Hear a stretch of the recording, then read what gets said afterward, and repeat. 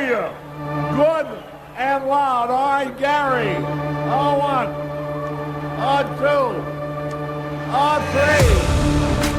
And now, two people that probably know you better than you know yourself.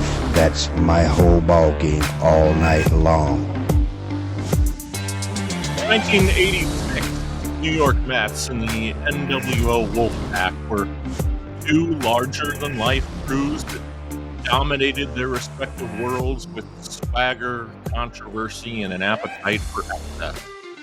Both squads were built on raw talent, fueled by chaos, and carried an aura that made them the ultimate anti-heroes.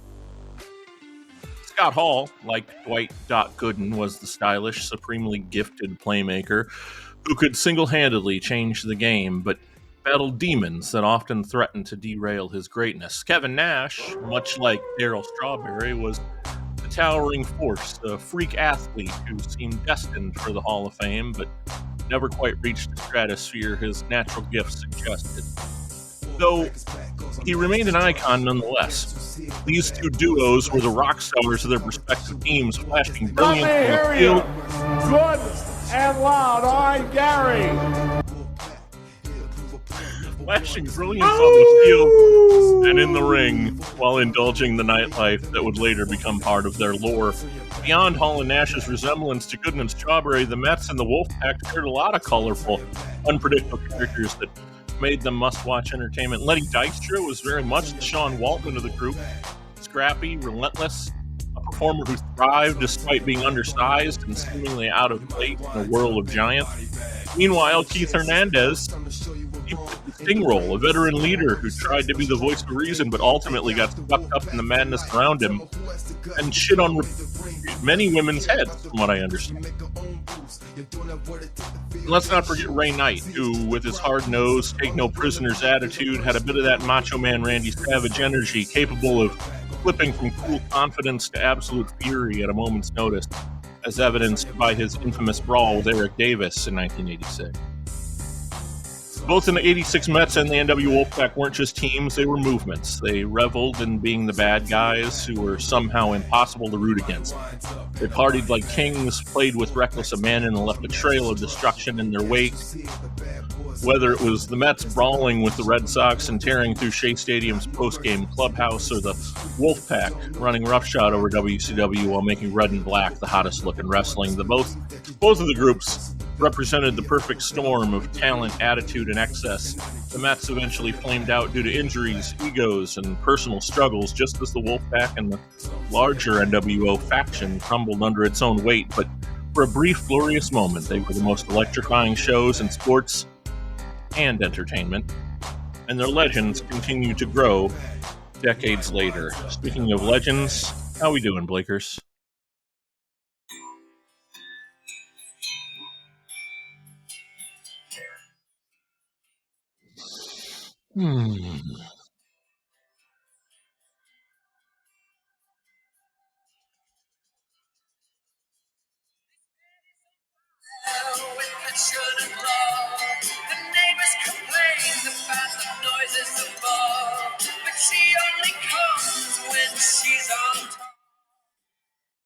As on the keep on dancing show, on the keep on dancing show all night long. Hey, wonderful. Baby. So, if you didn't know, fuckers, we don't talk about anything ever. So that's correct. You didn't figure it out by that. Here on the Keep on Dancing show, as it were, we're gonna get that over. By the way, KODS coming to a Patreon feed near you, I'm sure. Hashtag. Mm-hmm. Baseball is back on the docket today, and we are heading back to finish up the storied story of the 1986 New York baseball Mets. And we saved the best for last, didn't we? We got the I guess the Terror Twins 1.0. We had Steven and Joe Perry, and then we have Darryl and Doc, and then in our modern world, we were graced with the newest iteration of the Terror Twins. I believe that was Damian Priest and Rhea Ripley, because that is what you deserve in your Correct. 2025 life, you stupid fucking bitches. You're fucking this all up. Okay? You got that? Do you understand? Let's get this out of the way here. You're out there and you're making bad decisions in what you believe to be your best self-interest. But what you're failing to see here is that the things that are in your self-interest are going to lead to the entire your background, the platform you stand on, your existence, everything that surrounds you. It's going to look like a garbage dump if you don't get unfucking selfish and stop being a bitch. And what I'm saying is, keep on dancing, baby. And yeah, so the '86 Mets, they were just the fucking just the final story in this journey that I don't even know when this thing. It's probably been close to. I don't know. It's got to be 8 months, 10, but It's over a year since we did the first one, kind of tried to sprinkle them in there with just a little something to go back to here and there between what we were doing, and you died and were brought back in a resurrection of sorts, as it were. You got a book there that explains that, right? Yeah. Hold on. Let's see here. You people have no idea. The Roman god Lucifer was the bearer of light, the spirit of the air, the personification of enlightenment. In Christian mythology, got that? Yeah. He became synonymous with evil, which was only to have been expected from a religion whose very existence is perpetuated by clouded definitions and bogus values! Exclamation point. It is time to set the record straight. False moralisms and occult inaccuracies must be corrected. Entertaining as they might be, most stories and plays about devil worship must be recognized as the absolute absurdities, the obsolete absurdities, rather, that they are. It has been said, the truth will make men free. The truth alone has never set anyone free. It is only doubt which will bring mental emancipation. Beat your ass and hide the Bible if God watching. That is straight from the Satanic Bible of one Anton Sandor LeVay. That was dropped off on my doorstep under mysterious circumstances at some point this week. The mystery being there was a van that pulled up in the driveway, the sliding door on the side opened, and the only sort of defining characteristics of the van is there's a strange word, 6 letters long, on the side of it said Amazon. Very strange. I don't understand exactly what that's about, but it yeah, wasn't my van, Gabe. I'm dead. So Joni making her second appearance on the show. Oh God! So I will be sharing this obviously with Bob pretty regularly, and some of you will likely get remnants from the Satanic Bible as time wears on. You Patreon folks will find some fun things to do with that. Yeah, I'm sure the Hall of Famers over on the Patreon will definitely probably find bits and pieces of that Bible in their mailbox as time goes on. Let me tell you exactly what's going to happen here, folks, and make no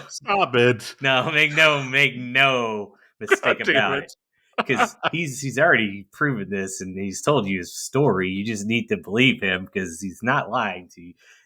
This man is he's reading this, and I can tell in the way and what he's saying back to me that what he's reading, and he's going, he's got a point. This makes sense. And he's not wrong. That's some of the most logical stuff I've ever heard printed in my life. And quite frankly, if you can't take a look at it and realize that is nothing but a troll Bible to the Christians, then you're probably not that fucking smart, because the stuff in there is just absolutely ridiculous and outlandish. And I assume the unintended negative consequence of it is some crazy fucker would see it and really take it to heart. But anyone with a brain looks at this, and this is nothing but just a giant fuck you to organized Christianity, in my opinion. Yeah. I read this one to Blake before we went on the air, and this is what This made is the him one that believe. shaped it. Yeah. Satanism represents kindness to those who No, not that deserve one. it. Not that. Oh, you want the That- one I sent you? Yes. Okay. All Give right. it to that. They need that one because that's the one that drove it home. Buckle in, pals, and understand that this thing is replete. Let's just say Elaine Bennis did not edit this, as the exclamation points here are all over the place. That's a key point. The number of exclamation points in this that should tip you off very much. But that it's all troll bullshit. Yeah. Yeah. So here we go. This is entitled "The Black Mass." Okay. No other single device has been associated with Satanism as much as the Black Mass. To say that the most blasphemous of all religious ceremonies is nothing more than a literary invention is certainly a statement which needs qualifying, but nothing could be truer. The popular concept of the Black Mass is thus: a defrocked priest stands before an altar, consisting of a nude woman, her legs spread-eagled and vagina thrust open. Oh, baby. Each of... Come on.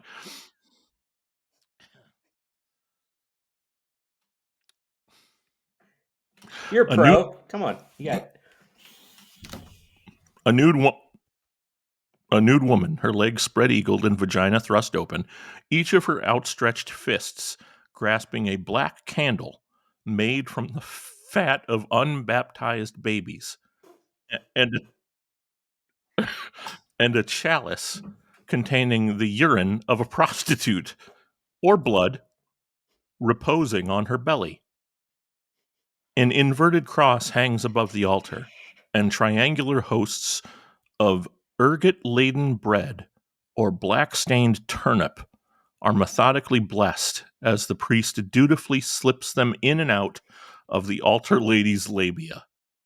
Then, we are told, an invocation to Satan and various demons is followed by an array of prayers and psalms chanted backwards or interpreted with obscenities, all performed within the confines of a protective pentagram drawn on the floor. If the devil appears, he is invariably in the form of a rather eager man, wearing the head of a black goat upon his shoulders. Then follows a potpourri of flagellation, prayer book burning, cunnilingus, fellatio, and general hindquarters kissing, all done to a background of ribald recitations from the Holy Bible and audible expectorations on the cross. If a baby can be slaughtered during the ritual, so much the better, for as everyone knows, this is the favorite sport of the Satanist. Exclamation point. Yes. Now, I'm left with two questions. Only two. Now, you're ordained, right? You told me that. I am, yep. Are you frocked or defrocked? I mean, now that I'm dabbling here, I imagine that I have some sort of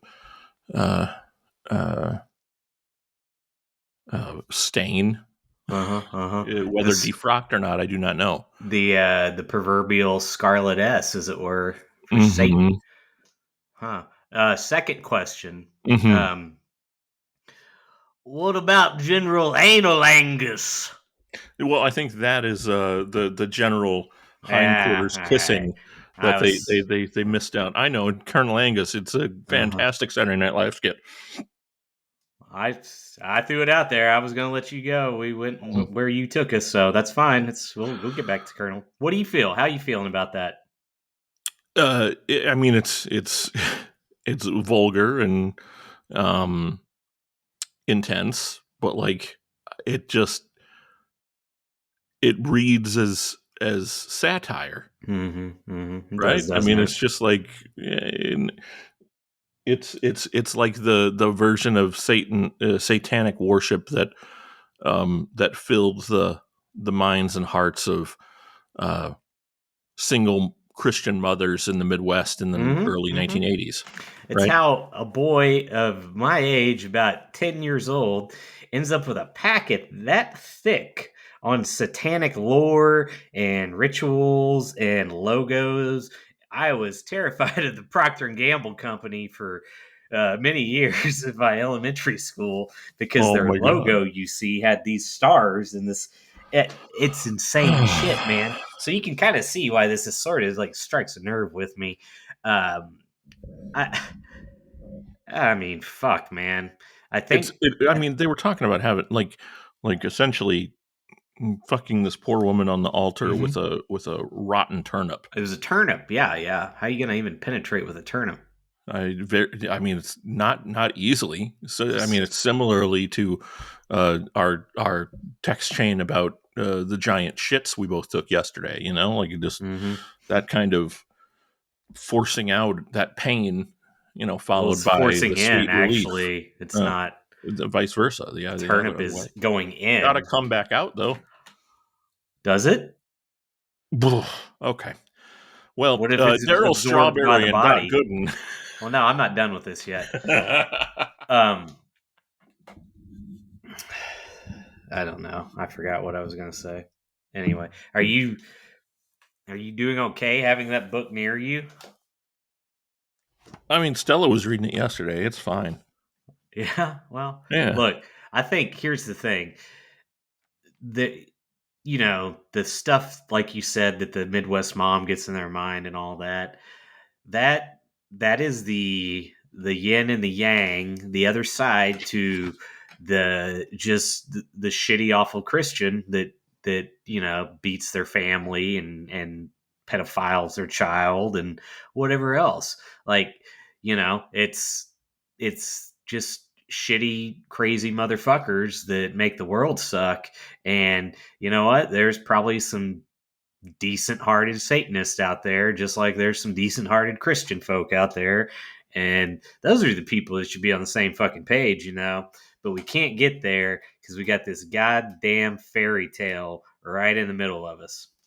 That's the mountain.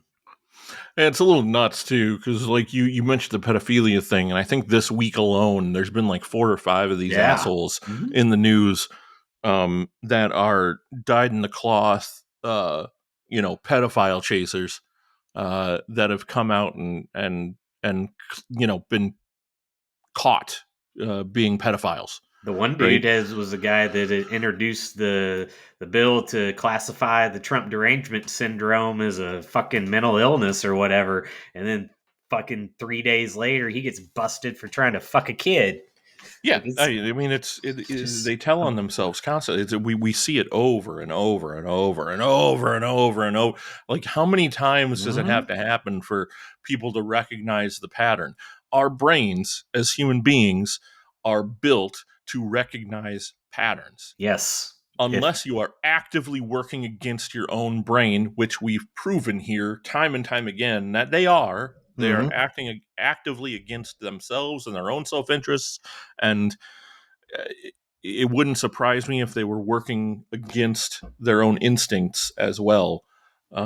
It's hard to deny that this is the case. Instead, they look for conspiracies and interesting reasons to be upset or unhappy that make their otherwise meaningless lives have some inkling of meaning because they're the ones that know. These fucking people, look, this is why we can sit here and we can just fucking go, because there's not any kind of goddamn shit to fucking sell other than the Patreon, what you need to do. But there's no fucking ideology. There's no whatever. It just so happens that most of the decent stuff tends to fall on the left side of the aisle and not the right when it comes to actually giving a fuck about your fellow human beings. So it is what it is there. But like, I don't have any kind of path I gotta fucking walk. I can sit there and talk every single fucking thing you want on an individual basis, and I can say, yeah, they shouldn't have done that. That was fucked up and wrong, and yeah, whatever. I'm not gonna say, well, whatever. What about no? Like, if it's fucking just the the right thing and the truth.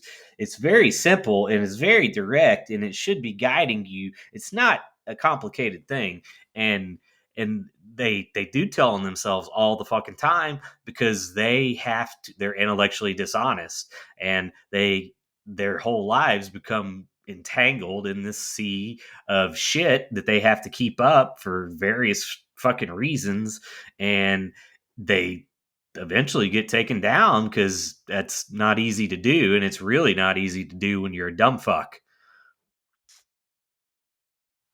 Hey, Gabe. Hey, Oh uh, God, did you put that book away? I, Jesus, I, Rick, are you I reading can. it? No, no, no. I've been hiding. Normally I sleep under the couch. I've been sleeping behind it, so that there's been a separate barrier separate because it's been sitting on his desk over here, Oh, and I can feel the badness just reverberating off of that book, and I needed some distance, and that couch is protecting you it's been. from Satan. Well, I mean, look at how green it is. Oh, that's what does it. The color. I thought it was the thickness or maybe something else. The upholstery. Come on, do it, do it. Well, green is the most godly of the colors. That's true. Um, Grass. Other than white, of course. Yeah.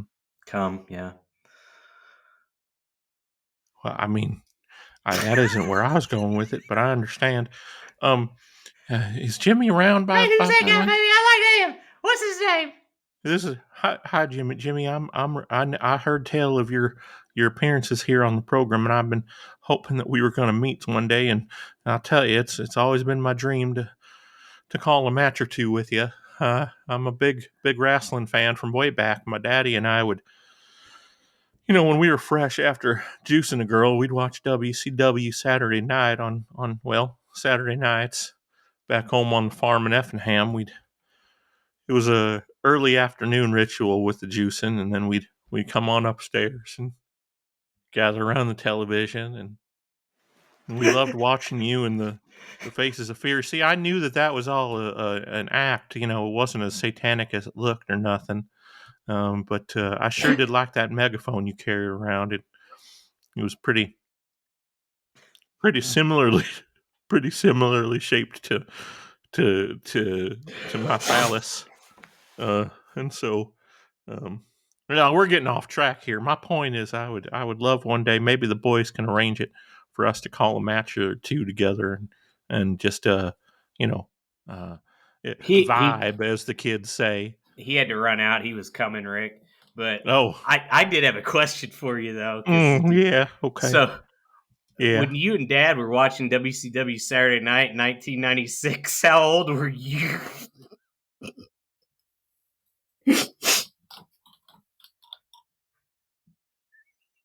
How old was Dad?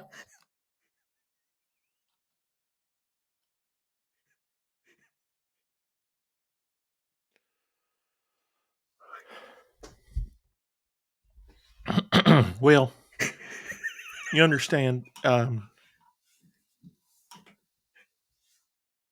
age is really just a construct. Sure, time's Um, not real. at the time, 1996. I think you're retired. I was 46 at the time. 96, yeah, 46 years old. Because I'm 75 now, and it wasn't until summer that we were really getting into it. Dad was 72, but look, that doesn't matter much. If I'm No, being no, honest with you, it's just my he you picadillos. know he was an ox of a man. As you can, I mean, Mm-hmm. look, he sired both me and Paul, and we were big boys. Sure. I still am, as Yeah. you know. But yeah, I was 46. He was 72, and we've been doing it for, hell, all through my playing days since I was 12. So at that point, it was 34 years of killing. And they ain't caught us yet, but the authorities, they haven't been listening to this podcast neither, but not many have, so The it's auto fine. blow guy was. Yep. Auto blow. If We'll you're hear this one listening, now. we should pick up those conversations. I know you're listening, sir. Thank you for reaching out to us and letting us know that you appreciated our impromptu advertisement a couple weeks ago here on the program. But please feel free, send one my way, send one Blake's way. I'm We fine. will use the auto blow live on the air if that's what it Sure, takes. yeah. I'll We'll just turn the video off. It'll be fine. be Jimmy. Oh, baby, it's auto blow on the Keep On Dancing show. That's it. That's a real story, by the way. They actually reached out to us because they have some kind of thing monitoring all podcasts for mentions of their device, and who knows? We to hell with dick pills. We might just be sponsored by the blowjob machine. So let's hope so. You know, bro, you know who else has got a monitoring device on the podcast? That's me, bro. And you know why I got that, Dallas, bro? Dally, I owe you a call, as a matter of fact. Bro. An update because I'm down some more weight, so I think you'll be very proud of me. You know how you can get down about 20 more pounds, bro? How's that, bud? Pull your head out of your ass, bro. Mm-hmm. You're gonna fucking die. That's coming soon to Patreon as well. The original we haven't posted it yet, but we will. Also, in the very near future, for those of you that also listen to the Lapsed Fan, we'll be having a little tete-a-tete there with the gentleman on the program, sponsoring that guy as well, and giving a little preview of the Patreon. If you haven't heard and if you're not on the Patreon, you haven't. But if you haven't heard, we're gonna drop on their feed at some point in the near future here the game between the Houston Rockets and the Utah Jazz from that triple header in 1995, that Saturday during the playoffs, mainly because Blake pretty much single-handedly ruined the entirety of my childhood NBA fandom. Come on. Not the entirety. We won't say that. The Jordan stuff remains, but certainly we went 2 for 2 in terms of killing heroes on that particular program in both John Stockton and Karl Malone. You cannot blame me for anything, Gabe. I am only a southern truck driver known as Karl Malone, and I have not had sex with no kids. It's true. That's the story that Carl tells. And the reason we're picking that particular episode, not just for the hero worship speech, but for the fact that I realized about halfway through when our ubiquitous Karl Malone, truck driver from Louisiana, mentioned one Dally Page. Mr. Dally Page, we did the wrestling in the WCW when I was driving my truck, you see. You remember, Gabe, you were watching. I drove my truck to Atlanta, Georgia. He did. He absolutely did. And I remembered at that point that I had Mr. Page's phone number in my phone from a chance meeting at a comic book convention some years back that I was running in New York. And so right there live on the podcast, I went ahead and called him and put it on speakerphone. He did not answer, but we left him a message. And then 4 days later, he called me back, and I happened to be in front of my computer. I did some quick thinking, opened up my webcam and recorded the entirety of that conversation, about 16 minutes worth, where we run through to Blake's astute point that I need to get my head out of my ass, that I'm going to die. And then we eventually get into his new accountability crib construction in Tampa. Ain't cheap, or brah. St. Pete, I believe, actually. Somewhere. It's not cheap. He's got about $2 million wrapped up in it, from what I remember. $6 million. It was there 6. You go. And, how, maybe I can get down there, but it's not going to be free. It ain't free, brah. It's $6 million. Yep. But he also wants me to update him monthly on my progress. Yeah, that's right. So, he owns that ass. He does indeed. He's And got monthly updates, man. I absolutely cannot wait to share this with you all. So we'll be doing that in the very near future as well. Mm-hmm. So far on the program, we're 30 minutes in. We've touched on Anton LaVey and Satanism. We've touched on Diamond Dallas Page and my imminent death. And we've introduced you to the topic this week, which will be Daryl Eugene Strawberry and Dwight Eugene Gooden, interestingly enough. My cousin Eugene. That's correct. Double Eugenes on the ball game this week. When we were trying to figure out how we were going to work both Daryl and Doc, and although we very rarely shy away from problematic accents on this program, we kind of decided that that perhaps the fact that Daryl and Doc were both black men, that we probably shouldn't go down that path. You can't. Look, you really can't, especially with these guys. There's a lot of respect there on both of our parts. But what we can do is what we started talking about in the intro of the program today, and that's the fact that these two men, the more you dig in, and as you'll see, we will dig into their lives here, the more these two men are very clearly Scott Hall and Kevin Nash. Yeah, look, it's the Wolf Pack, the Outsiders. It's Daryl and Doc. It's Hall and Nash. They weren't as thick as those guys, but there's, like you said, the similarities are striking. And two, we had to do something because like you can't do it. And as men of our age and white guys, I say it's probably you get to do one black guy, maybe. And I know who my one guy is, because here's the thing, because here's what you'll do. Every fucking black guy you do is going to sound the goddamn same. Correct. That's right. Because you've grown up watching fucking 80s and 90s shit, and that's what imprinted on you. And these are men of that time. So you're, especially when you get into their stories and stuff, and that's what you would do. And then you would expose yourself to be a stupid dipshit. So, by the way, for the record, my one is JYD. I can do a decent JYD, I think, and it doesn't, because here's the thing, because JYD himself is a caricature, so you can do that. Yeah. We will very soon, I'm sure, grab them cakes. I'm not. I ain't gonna do it. Thank you. No, you got to save it. You got to save it. Yep. This is the first time I've ever saved it, I think. Mm-hmm. It's been over a year, and it's the first time I've ever saved anything on this goddamn forsaken fucking show that we do together. Speaking of this goddamn godforsaken show that we do together, we need you and we need your help. We want to keep doing this show. Things keep coming up, right? Life. I've got a 2-year-old in about a month. She'll be 2. It's just insane that she's already at that point.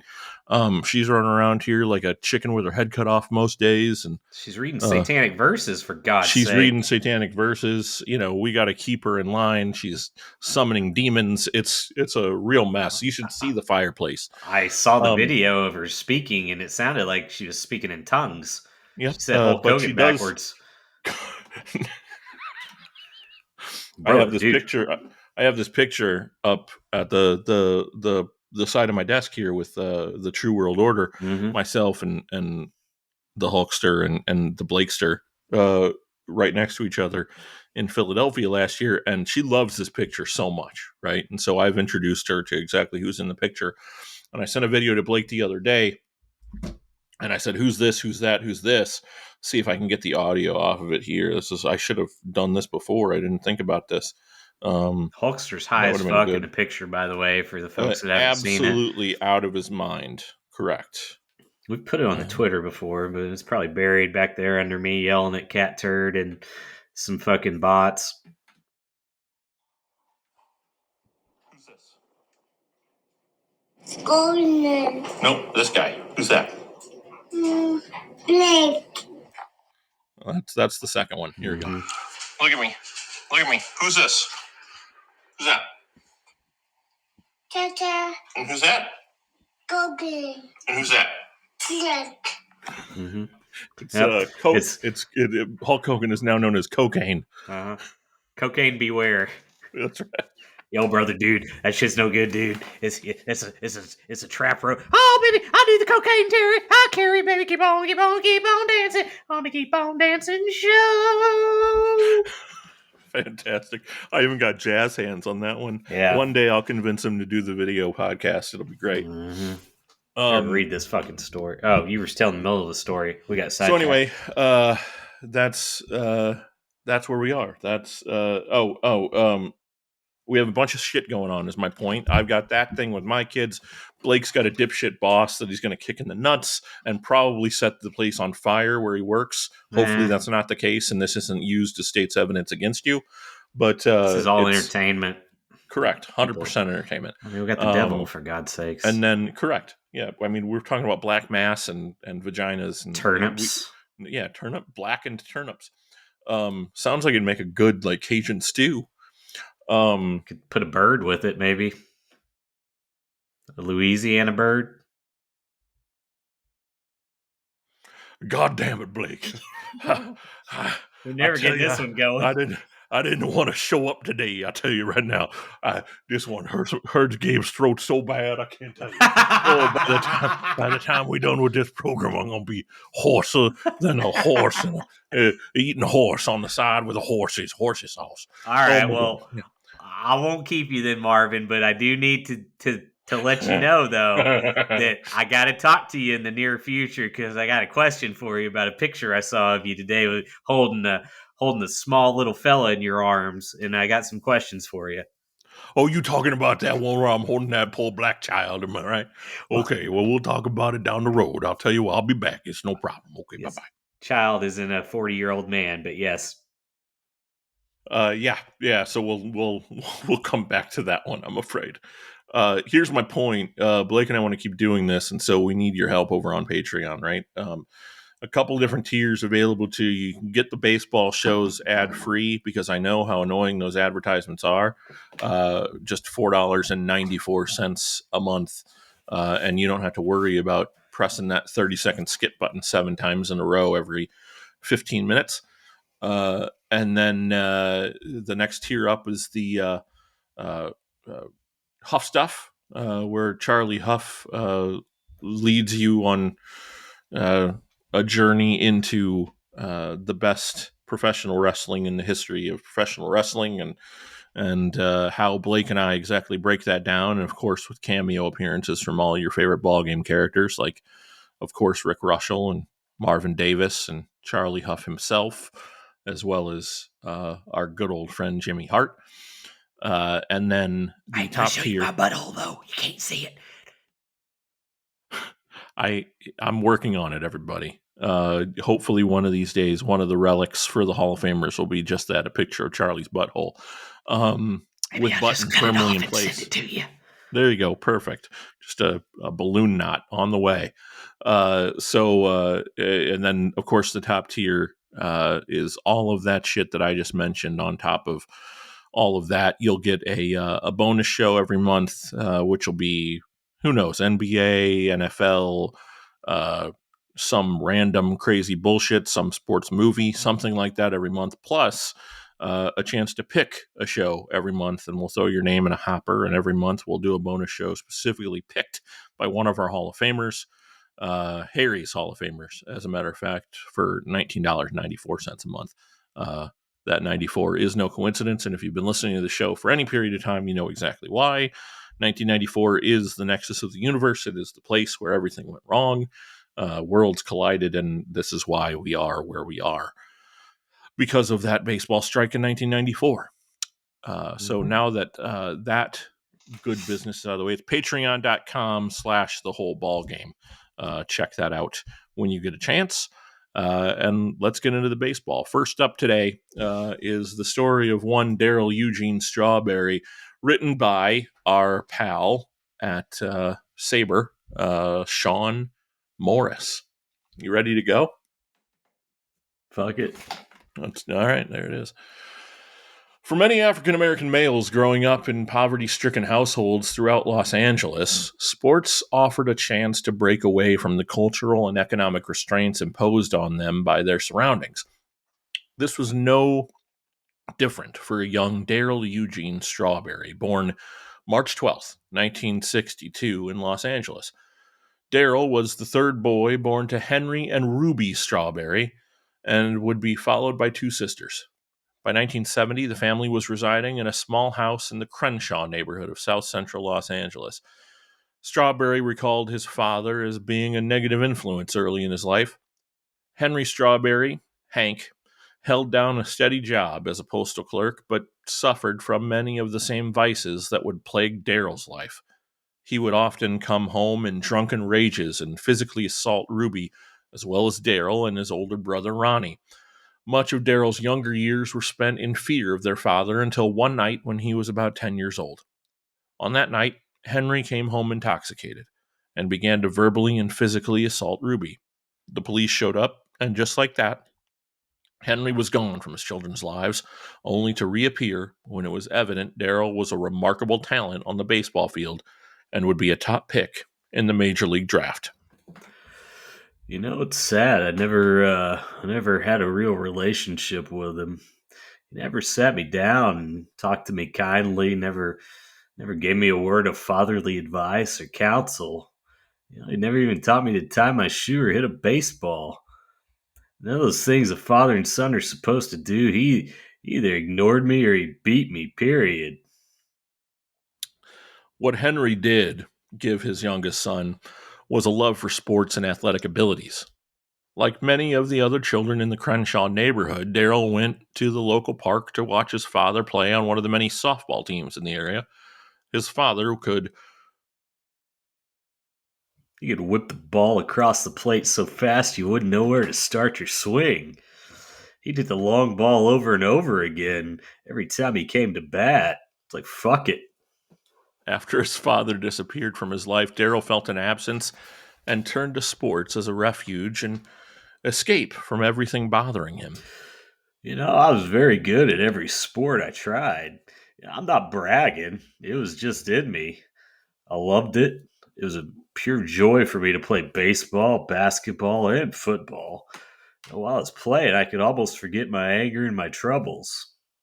Almost. Ruby was devoted to her family, held a full-time job at a local telephone company, and supported Daryl playing baseball. She knew how happy it made him, and she was shocked to see that on the field he was not the same lazy Daryl she knew at home. After attending numerous junior high schools, Strawberry attended the predominantly African American Crenshaw High School. Crenshaw was an athletic powerhouse. Scouts came to Crenshaw games. It was Daryl's chance to get noticed, to gain the fame and notoriety so many young athletes from similar circumstances were searching for.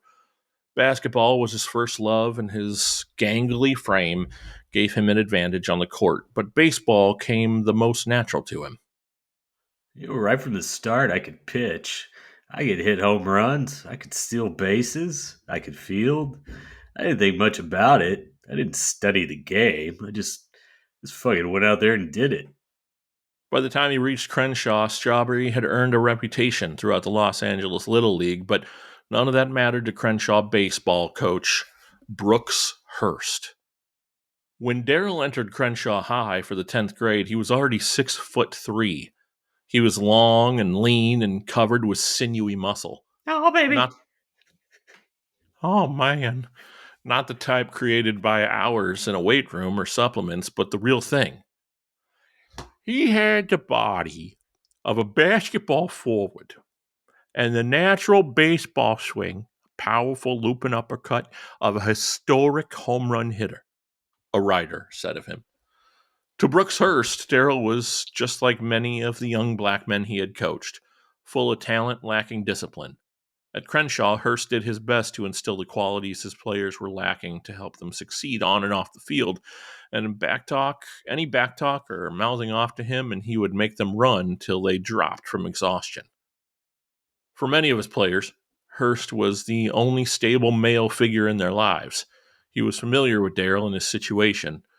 Both older brothers had played for him at Crenshaw. Hurst did his best to watch over Daryl and guide him to make the right choices during his 3 years at Crenshaw.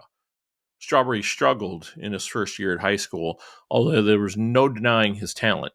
He was given no special treatment under Hurst. He tried to drill Daryl into beat the ball to the spot when playing the outfield and run hard for balls that fell in for base hits, not just glide to them and let singles turn into extra bases. Coach Hurst often found himself annoyed with Daryl and his approach of only giving half effort. I had to sit him down and talk to him a lot. I had him run laps. I'd tell him the scouts are going to come in here with assumptions about inner city ball players. You have to counteract that. Don't give them the ammunition. But finally, I just ran out of patience. Finally, Daryl's first high school season ended early when he was kicked off the team. I just said to him, "This isn't working out. I hope you want to come back next year," Hurst recalled. Daryl took it pretty well. He still came to the games. He helped lug the equipment. Despite his talent, when Strawberry came back for the 1979 season, there were some who thought he was not the best talent on the team. He also had to contend with Corey Dillard and another player who would go on to the major leagues, Chris Brown. Besides those three, the rest of the Crenshaw team was also talented. So much so that the second stringers would end up with professional contracts. On the playing field, the 1979 Crenshaw team was in the midst of a spectacular season. Strawberry was having an outstanding year at the plate, in the outfield, and when he took the mound. The team easily defeated many of its inner city opponents. Early in the season, the Los Angeles Times reported, after a 15-5 mugging of Hamilton, Crenshaw has now scored 31 runs in its last 2 games. Many of Daryl's relatives, who had largely been absent from his life, began to appear at his games as well, including his father.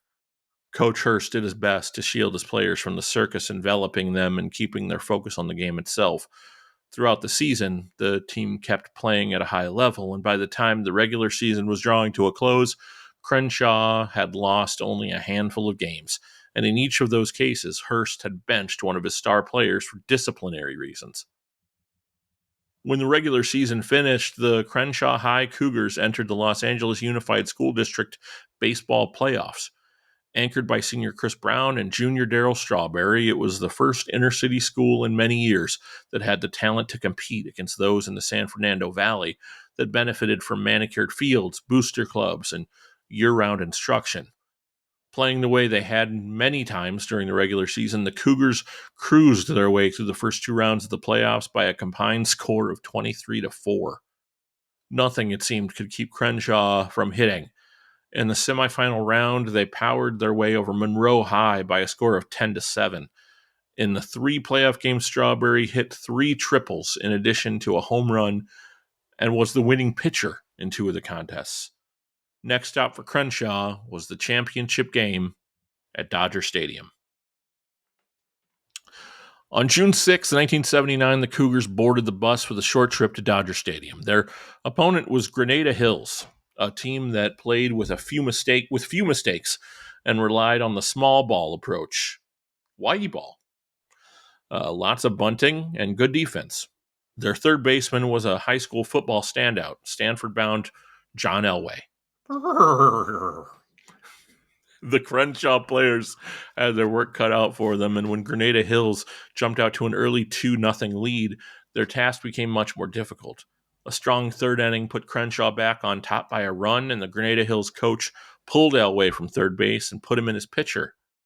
After his 8 warm-up pitches, Elway struck out the next batter to end the inning. On the mound, Strawberry began to crumble. Unnerved by the Little League tactics of fake bunts, he began to become erratic, and after walking several batters, he was pulled and sent to the outfield. By the end of the 5th inning, Grenada had scored another 6 runs on 3 hits because of Crenshaw's bad pitching and sloppy fielding, and the Crenshaw hopes were in rapid decline. Elway shut the Cougars down. The team that scout George Genovese considered from top to bottom the most talented assemblage of high school talent ever could not win the LA City championship. Now, are you familiar with John Elway's, I guess, his story of, I guess, his beginning, how he was baseball and football, and he did not want to go to the Colts at the time, and so they kind of held him hostage and said he's going to go play for the Yankees. That way, the Colts wouldn't draft him, and then he ends up on the Broncos. The Yankees Traded or piece is whatever. the Yankees piece is what just triggered it in my head. I knew I remember us talking about something like him with the Yankees at some point with Yeah. Steinbrenner or something.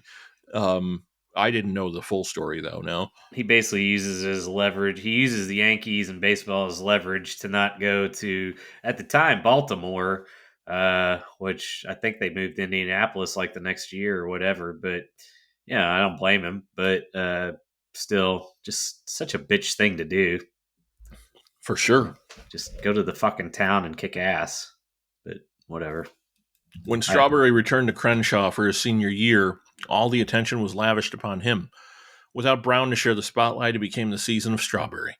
Coach Hurst was continuously chasing agents off the baseball field and out of the Crenshaw hallways. Strawberry often found himself surrounded by an entourage and those looking for any piece of stardom that association with him brought. As his ego grew, his attitude only seemed to worsen. According to some teammates, George Cook recalled, Daryl Strawberry didn't listen to Coach Hurst. The press buildup surrounding Strawberry and the baseball draft. Nope, that's not a quote. The press buildup surrounding Strawberry and the coming baseball draft overshadowed anything else he accomplished his senior year. Sports Illustrated published a feature on Strawberry late in his senior season with a picture caption that said, Daryl, 18, is likened to Ted Williams. He's got a Williams-type physical makeup, tall, rangy, good leverage. Scout Phil Pote told Sports Illustrated, he's got bat quickness. He can drive the ball. The ball just jumps off his bat.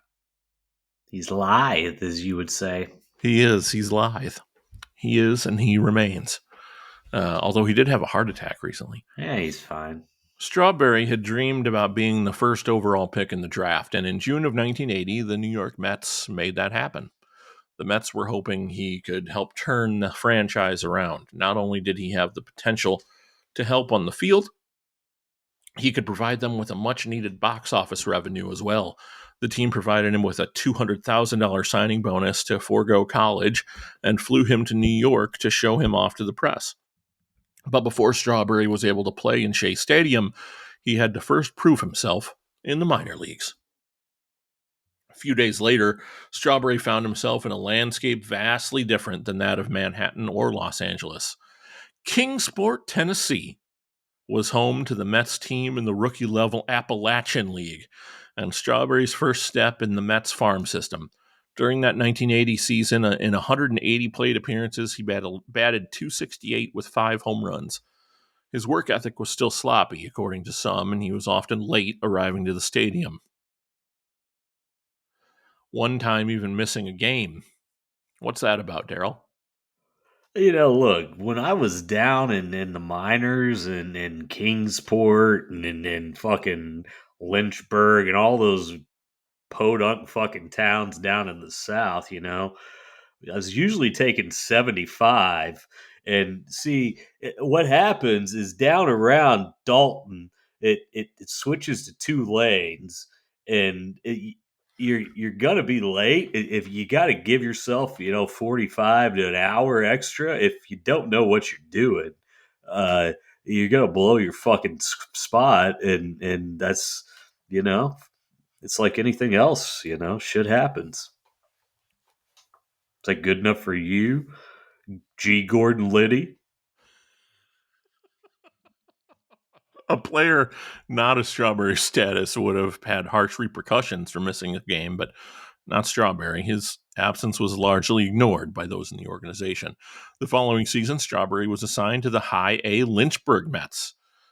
He continued to struggle and you failed. Know what else is in Lynchburg? I do. Do you?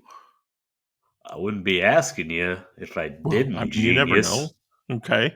It's Jack Daniels, pal. Did you spend a lot of time at the Jack Daniels distillery? Yeah, me and Michael Hayes would go down there and just tear shit up. I mean, we're talking, one time I was down there eating B. Arthur out from behind, and and Freebird was getting her sucked off, and she was wearing us like a pair of fucking Chinese finger cuffs. Me, Daryl Wonderful. Strawberry, B. Arthur, and Michael P.S. Hayes at the Jack Daniels factory. Can you believe that shit?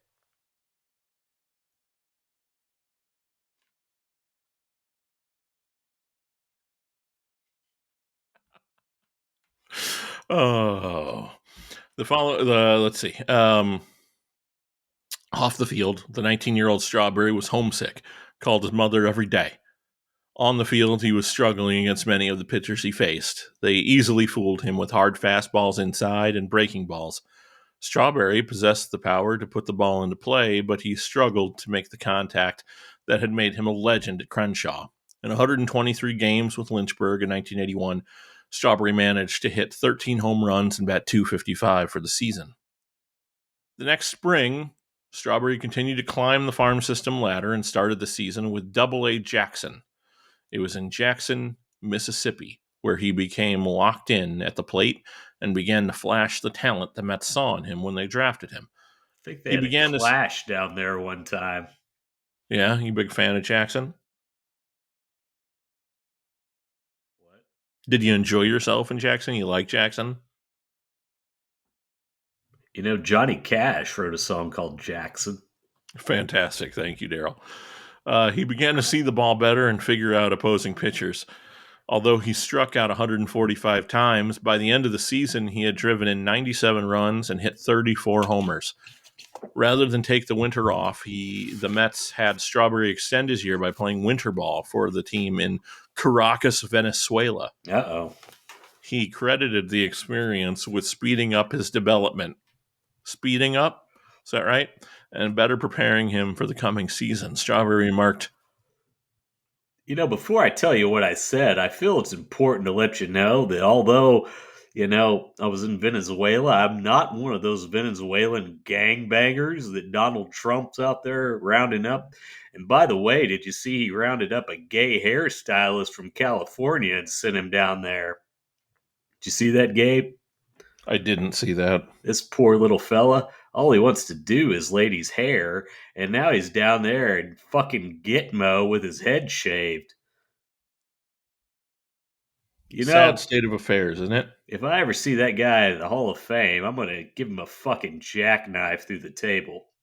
Anyway, I'll tell you what I said now because I feel better.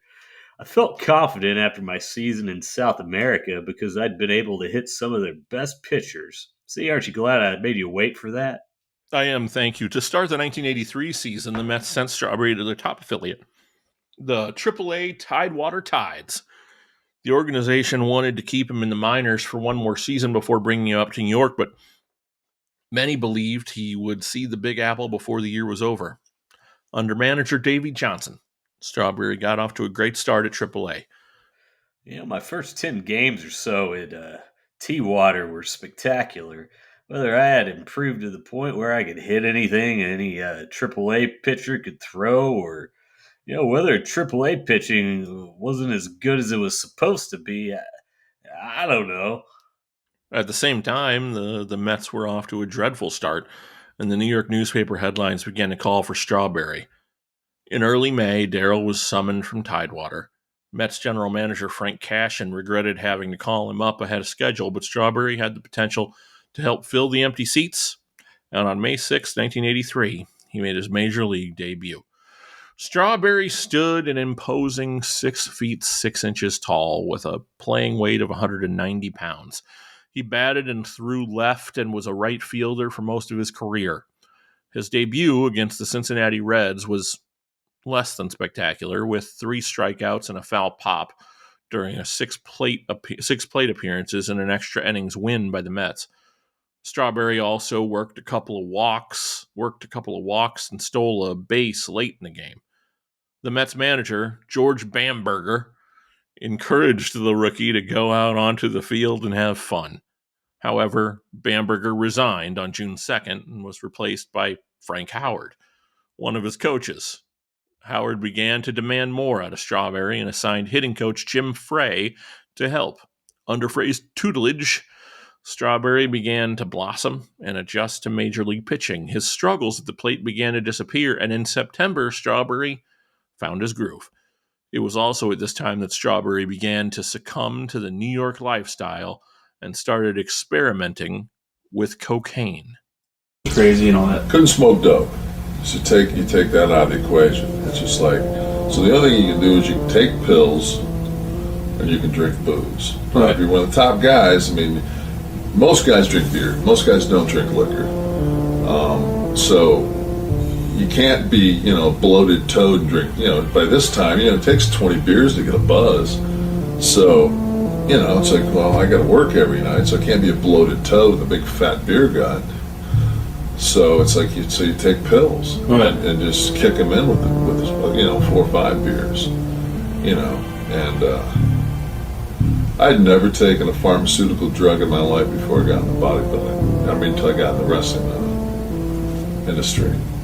What was your, drug of choice, if you want to talk about it? Well, I had to, I was in that Soma era, Everybody, yeah. Somas were very popular. His immaturity and desire to be liked left him vulnerable to negative influences. Daryl was someone who always wanted to be liked, said his mother, Ruby.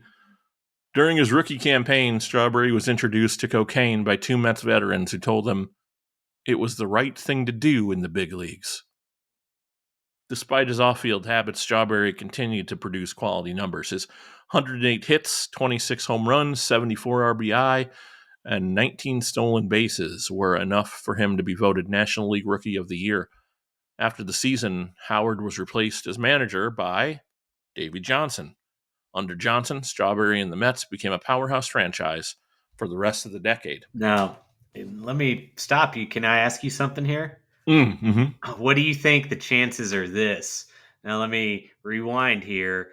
When this was said, that it sounded something like this. This is the thing to do in the big leagues, my friend. We are the guys. Do you think he might have been one of those two that introduced Daryl to the cocaina and said, hey, I do not like it, my friend. I just like the way it smells. Without question, not only that, but he also heard, if you're not going to take the blow, move on. Oh, Wally. Move on. Yep. I think that's a good chance. Take the line and move on. Yep. That's gonna get edited out, but it was me sniffing very loudly. Gabe just blew a rail. The drip is the best part. Once Johnson was at the helm, the Mets began. God damn it, the Mets began to turn things around on the field and produce wins with regularity. The attendance at Shea Stadium began to increase, and it was becoming clear throughout the city that the Yankees were not the only show in town anymore. Rookie Dwight Gooden was a stud on the mound, and Strawberry was continuing to rise to stardom in the outfield, being named to the All-Star team in July. He also began to use amphetamines with regularity during the 1984 season. Most members of the hard-partying Mets team already were, as amphetamines allowed the players to go drink and abuse drugs all night and play the next day with no hangover or ill feelings. By the end of the season, Johnson had guided the Mets from a team that came in last place the previous year to a second-place finish in the NL East. See, now it's getting good. Yeah, it's the drugs. The 1985 season again saw an increase in the number of Mets victories. The team that won only 68 games in 83 rang up 98 victories in 1985. Strawberry continued to produce at the plate and help put fans in the seats. Attendance at Shea Stadium was now more than double that of his rookie year, 2.7 million versus 1.1. Strawberry was also married that year to Lisa Andrews, a tumultuous relationship that resulted in court appearances and ultimately divorce. Although he appeared in 30... You think the drugs might have anything to do with him having ended up divorced from Lisa Andrews? Who you Well, let me asking? ask you, Daryl. Do you think that the rampant drug abuse that you were partaking in the Mets clubhouse during the early to mid '80s resulted in, ultimately the dissolving of your first marriage? I mean, look, it's really like anything else, and the fact that, like, you're married and you see each other and you get tired of one another, and it's this, it's that, it's everything, it's nothing, it's you know uh, it's the way you look, it's how you're breathing. Yeah, so did it help? Probably not. But if the left one don't get you, the right one will. Although he appeared in 37 fewer games than he did in 1984 due to minor health issues and slight injuries, Strawberry still scored 79 runs, hit 29 homers, both more than his previous year's total. While it was enough to earn Strawberry a trip to his second consecutive All-Star game, his performance was not enough to help power the Mets into the postseason.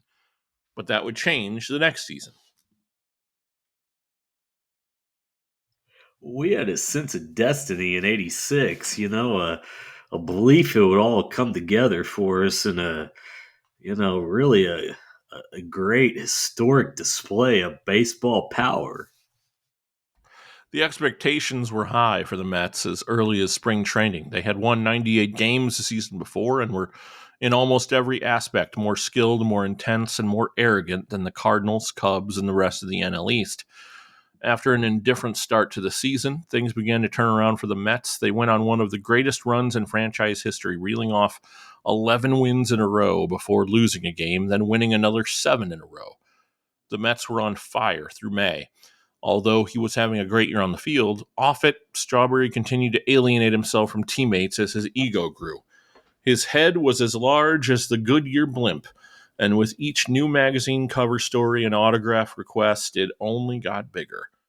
His teammates felt he was vicious and selfish, taking a great deal of pride in making others feel inferior. By now, Strawberry was routinely abusing drugs and drinking heavily in the clubhouse. Under the MLB drug policy in place in the 1980s, no team could compel a player to take a drug test. And with the Mets winning in amazing fashion on a regular basis, no one was willing to rein Strawberry in and get him under control. Gabe, my friend, I feel like I can call you a friend, right? Sure. So this is around the time that I was at a party of princes, and I ate out Felicia Rashad from behind. And you know what happened? What's that? Fucking Claire Huxtable farted in my eye, and I got fucking pink Pink eye. eye. Davey tried to blame it on me being hungover and drunk, but the truth was I couldn't see out of my fucking right eye because Ma Huxtable dropped a shit box on it. You believe that? I don't. You don't think I could fuck Claire Huxtable? I don't. I think you're lying to me, Daryl. Daryl Strawberry, 1986 New York, and you're telling me I can't fuck Claire Huxtable? The Huxtables lived in Philadelphia. Oh, you're a smartass, huh? Okay. Well, I got news for Well, you, look, pal. nobody likes a dumbass. Yeah. Well, I am the walrus, Goo Goo Kachoo. Fantastic. For most of the 1986 season, the Mets were the first place team, and the others in the division futilely chased them. The 108 win Mets were heavy favorites to capture the World Series. The National League Championship Series went 6 games and included 2 thrilling extra inning contests before the Mets emerged victorious over Houston. Strawberry hit a crucial home run in Game 3 to propel the Mets to victory and finished the NLCS with 2 home runs and 5 RBI. The 86 World Series, pitting the Mets against the Boston Red Sox, opened at Chase Stadium on October 18th. After 6 games, the teams were tied with 3 victories apiece, and Strawberry was a non-factor at the plate. But in Game 7, when it came time to deliver, Strawberry stepped up. Boston had mounted a mini rally in the top of the 8th inning to pull within 1 run of the Mets, but when Strawberry led off the bottom of the inning with a solo home run, there was no doubt it was New York's night. The miracle season in 1986, highlighted by so many late-game heroics and the team's never-say-die attitude, concluded with the Mets as the world champions.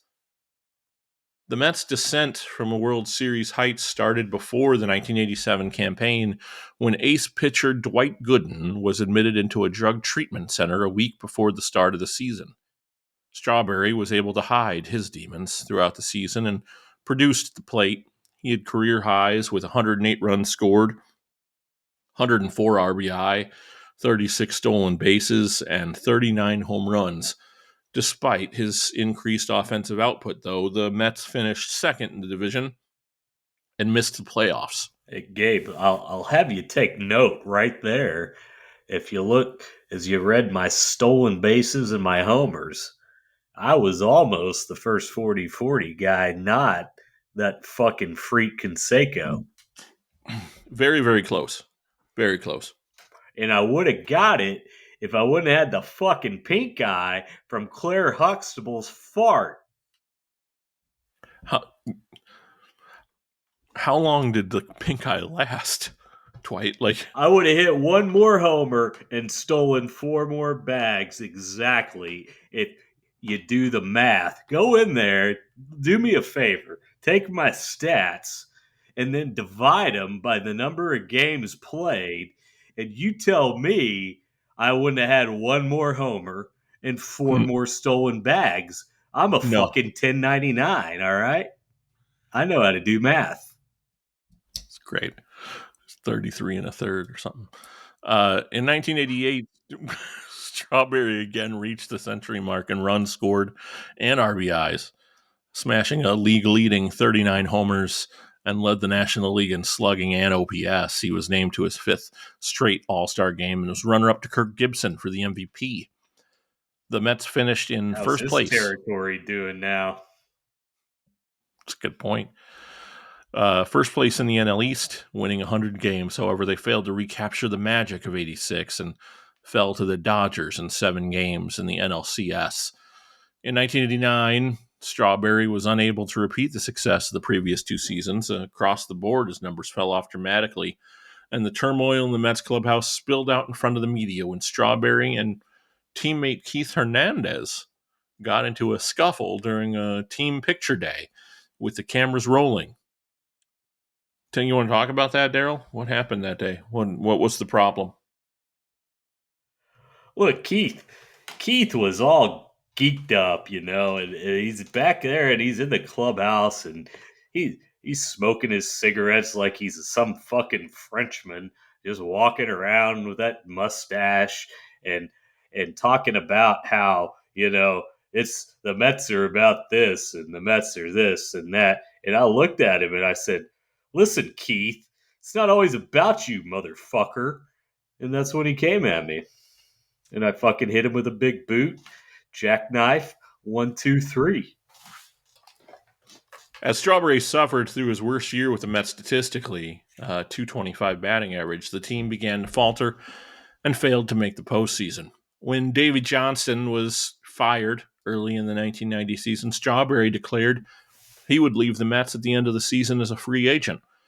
He performed well and earned a 7th consecutive All-Star appearance. His last season as a Met concluded with 37 home runs, career best 108 runs batted in.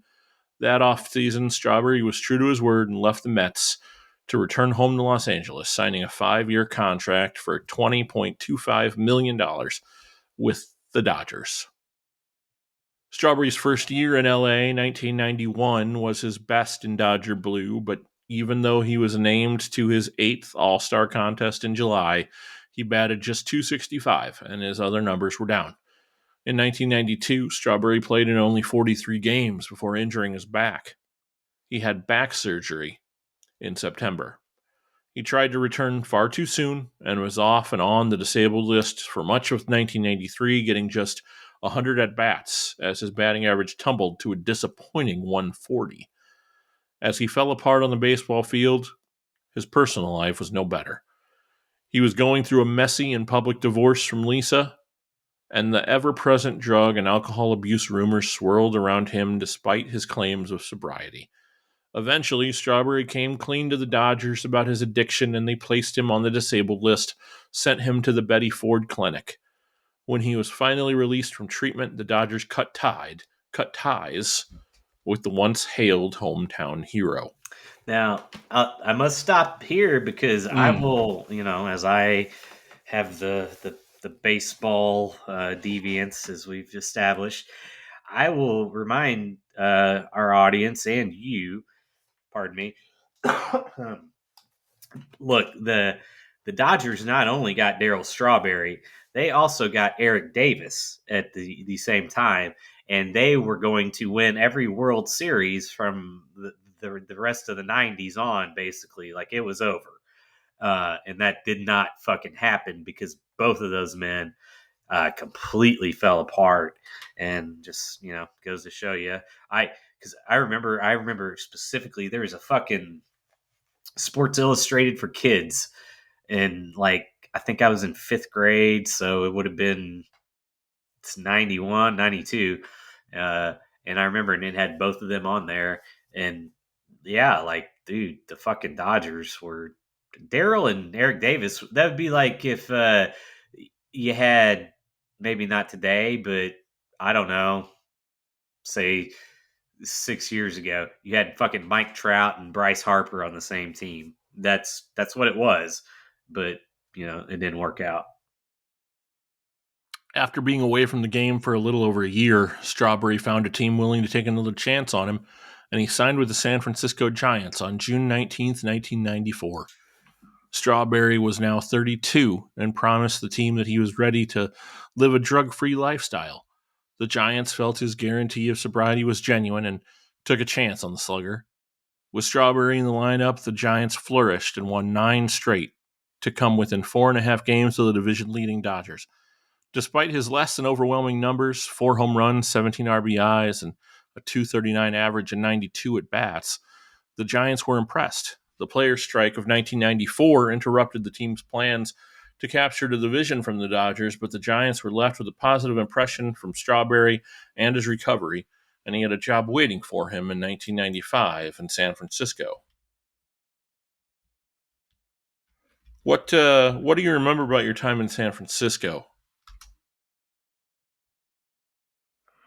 I'd go to the Cow Palace every now and then, but other than that, I enjoyed the local fair at Fisherman's Wharf. That was great. Lots of interesting culture. I tell you, one of my favorite things to do was to go down to the what do they call it, the height. Is it Hyde Ashbury? I can't tell you because I was so fucking high, smoking so much crack down there. But it's where Jerry Garcia and the Grateful Dead used to hang out. Anyway, the Haight Ashbury district, I think it was called. So Yeah. I liked that. And then, I'd go by the house where they filmed Full House. You remember that show? I do. I'd go by there and I'd eat out the chick that played Becky from behind, but she didn't fart in my face, so my eyes were good. Well, that's good. That's It was a fun town. yeah, it sounds fun. Yeah, big. That's what's her name? Lori Laughlin. Yeah, I think she fucking went to prison or something. Yeah, she did for helping her kid with SAT this or that or some bullshit, some white person bullshit that like rich white person problem stuff that she was just made an example of. Yeah. Yeah, it's the SAT on the SAAPSCA, I think. Holly. Sure. We were Strawberry, listening to Pac, Yeah, but Strawberry would not get the chance to get back to the Bay Area. Troubles with the IRS arose over fucking Rotunda. Yeah, let me tell you about Rotunda. This asshole. So he comes up to me at this, and he says, I think you made a little bit more of a payoff at this card show than I did.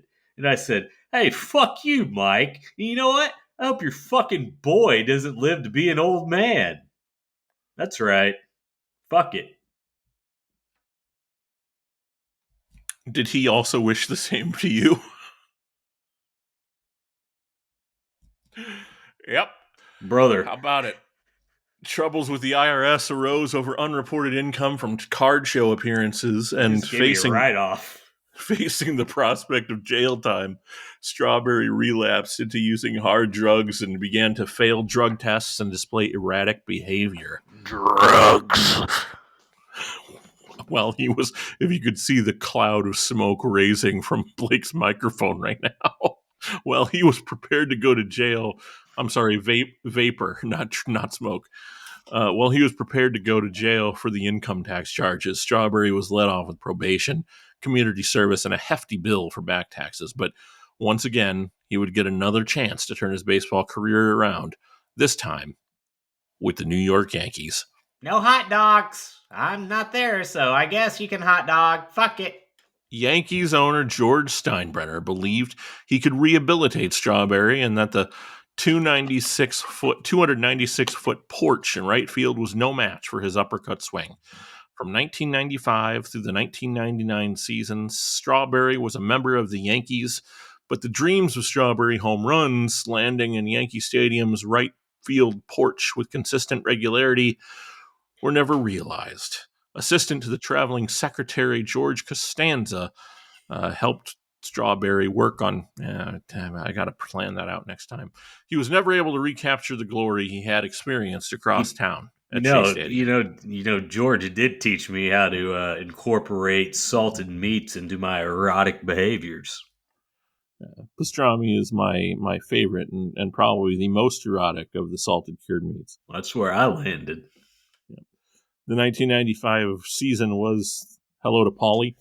1995 season was full of setbacks for Strawberry. His legal troubles resulted in court-ordered restrictions that dictated where he could reside, the hours he was able to be away from his residence. Steinbrenner's determination to help Daryl turn his life around resulted in the Yankees appointing a full-time guardian to shadow Strawberry at all times, as well as regular drug testing to ensure that he would not slip up again. After rehabbing at the Yankees facilities in Tampa, Strawberry was ready to hit the field. In 95, he played 31 minor league games for the Tampa Yankees, Gulf Coast League Yankees, and the Columbus Clippers before rejoining the big league club for 32 games towards the end of the season.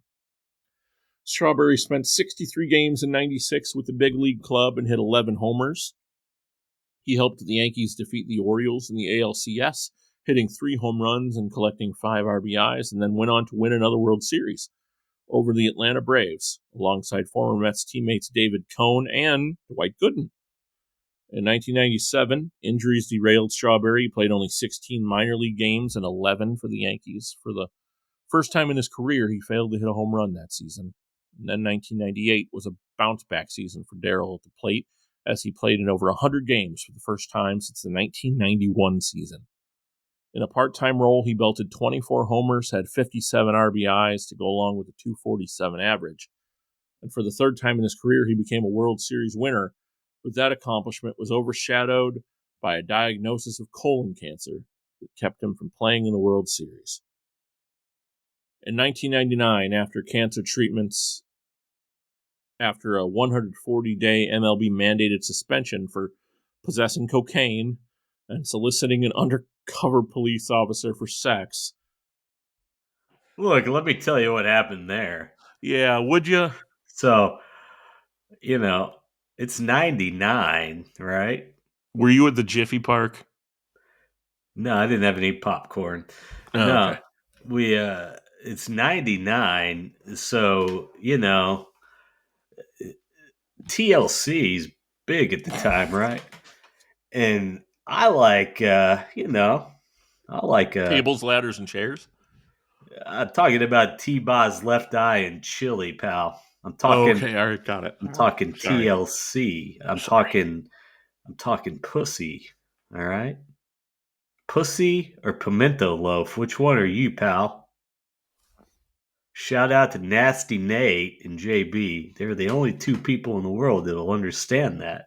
But that's fine, because that's the kind of show this fucking thing is. It's a real shit box, like I said. Anyway, so I say, hey, how much is it going to cost for me to eat the three of you out from behind and have you not fart in my eye? And turns out one of them was a fucking cop. She was You're a telling me trailer. one of the She was the three T. members Mhm. of TLC was a police officer? No, they just looked like TLC. They weren't really them. It was Oh, just I three see. chicks that looked like it. They were Chinese, though, not even black. But other than that, they looked exactly like them. But the one that was a cop, you know what her what? She was the T. The T stood for trailer. It was Ray Trailer's Chinese daughter. He had her in a over when he what- he was in a tour of all Japan. And, you know, fuck it. Don't worry about the timeline on it. You know, it's an alternative universe, that kind of shit. The 37-year-old Strawberry returned to the Yankees in limited playing time. He managed only 3 home runs. However, he was able to recapture postseason glory once again when he hit a decisive 3-run home run that played a critical role in helping the Yankees sweep the Texas Rangers in the division series, then hit another homer as then the Yankees knocked off Boston in the ALCS before moving to another World Series championship over Atlanta. When the season concluded, Strawberry retired from baseball as an 8-time All-Star with 4 World Series rings. Not a bad accomplishment for an inner-city kid from an impoverished neighborhood. After baseball, Strawberry continued to struggle with addiction and run-ins with the law. In 2000, his cancer returned and he started chemotherapy. However, this setback was not enough to quench his desire for drugs, and he spent most of the next 3 years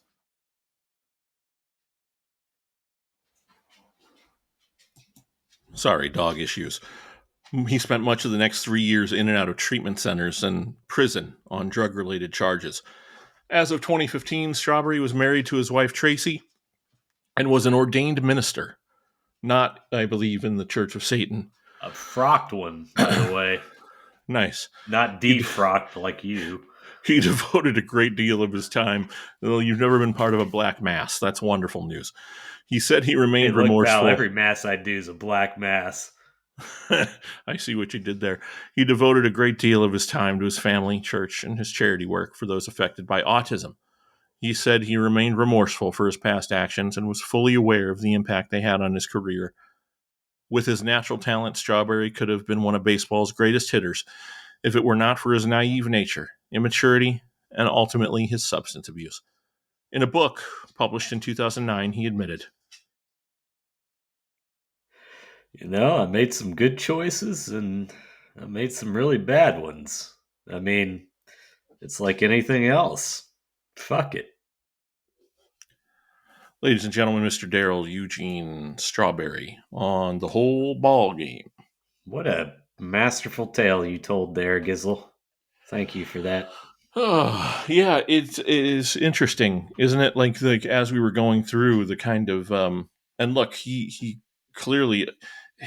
Wait till you hear this next one, because like you think he was fucked up and had some issues with the drugs. Old Doc is certainly a little bit more screwed up, and You see why he is Razor. It's really fascinating the similarities between and where they ended up landing. It's shocking to me. Like the numbers are there, especially if you look at who else. I mean, look at Blake and I, especially in early episodes of the program, would joke about Harold Baines. But like the fact that Harold Baines is a Hall of Famer and Darryl Strawberry's not a Hall of Famer is a little suspect. Yeah, you know, he just lost too many of his good years to all this shit. So There's no reason, if Daryl would have stayed healthy, he would have ended with 500 plus homers and all that bullshit. But he, like he said, he made some good choices and some really bad ones. I'd forgotten about all the World Series rings he won, and With the Yankees, yeah. yeah, I Yeah, didn't. 3 of them. I didn't remember him being there for 4 years. I knew he was there towards the end in the 90s, but I don't know. He didn't play a whole lot, so except for a few years. But anyway, Me and Daryl, we never crossed paths on the same teams, but we played for a lot of the same teams. yeah. Let's see. I was I was I was a Yankee, and I was a Giant. I was a Cub too, but Daryl wasn't ever a Cub. I think you guys. Well, maybe Mm-mm. he might know. No. No, I checked. I went back and double checked my own records. I didn't remember much, but What about you All know, Star games? I think the year that I started the All Star game, I think that was 1989. Yeah. Yeah, he was in the All Star game that year. A nice guy, but a little wild eyed when I remember meeting him. Well, you got to remember too where the '89 game was. That was out there in Anaheim, so you're close to home. So he was undoubtedly fucked up, Rick. That's explain the wild eyed. Well, Or was he a Southern boy? we're all a little fucked up here and there, aren't we? Then Well, no, you're really fucked up. whether it's cocaine or Yeah, juice. homicide. Sure, yeah. Or You Hernandez. understand? There's addictions all over. I don't know. Like Gabe here, I think he's addicted to gambling again. He's been on the Oh, is he? MGM app a lot and betting on this March Madness nonsense. He put together a parlay the other day that was supposed to win him something like $9,000 to $7,000 on a $20 bet, and he Uh was huh. up all night, so excited about it. We were Yeah, talking, and he was yeah, just all through and he won the first 4 games of the 8 game yeah. parlay, and then it all came crashing down and it hurt inside. I was gonna say it was at 4. What last I knew? Are you telling me it immediately fell off after that? I don't know where the fuck the two of you get off talking about my bullshit, but hey, if I can throw $20 at something and come back with 97,000, Sure. that's great. The issue, of course, is that never happens. You I can't understand. you can't win it if you're not in it. That's You the make a real philosophy. valid point, Blake. Yeah. Thank you for that. Uh-huh. Appreciate your help and your support in this endeavor. That's why I'm here. Yeah. Should we visit the good doctor? Hey yo. oh, hi, Doc. All right. Oh shit! I just noticed the name of the person that's written this. So our story by Q Marvin. This article was written by Lee Cluck. I tell you, Roy boy, I bet he tastes like a savory duck on a Saturday night at a Chinese restaurant, hanging in the window. Like the Chinese TLC that Daryl met.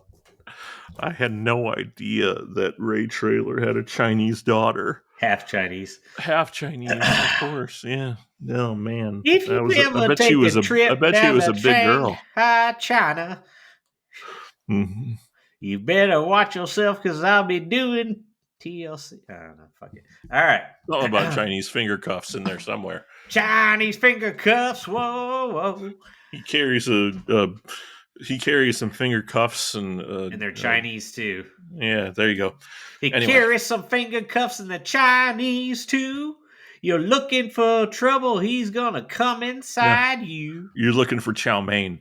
Oh, if you're looking for chow mein, he's gonna come inside you. Hard times. Keep on dancing. Hey, baby. Keep on dancing, show. Oh, shit, that's gimmick infringement. I don't know what's happening. There is no doubt that Dwight Doc Gooden should be considered one of the baseball's biggest stars of the 1980s.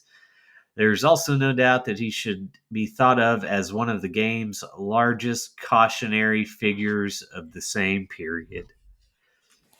Dwight Gooden was the youngest of 3 children born to Dan and Ella Gooden on November 16th, 1964, in Tampa, Florida, where Dan, who had only a third grade education, worked for the Cargill Corporation and coached youth baseball, while Ella, his second wife, worked in a nursing home and a pool hall.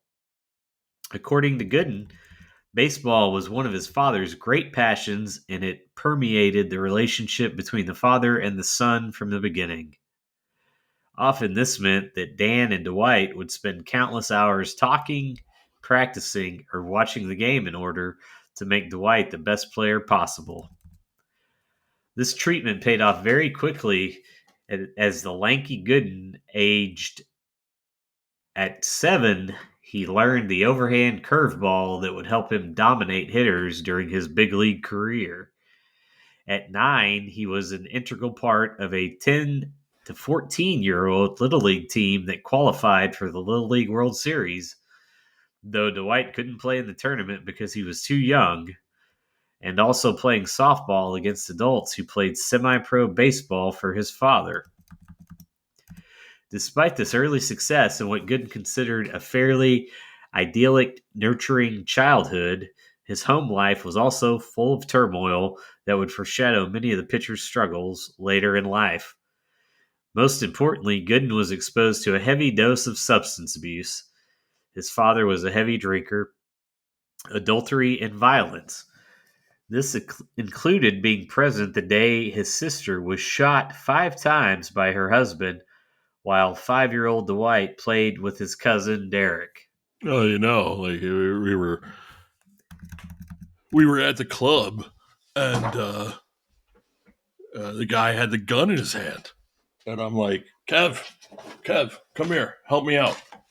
And before I knew it, she was gone.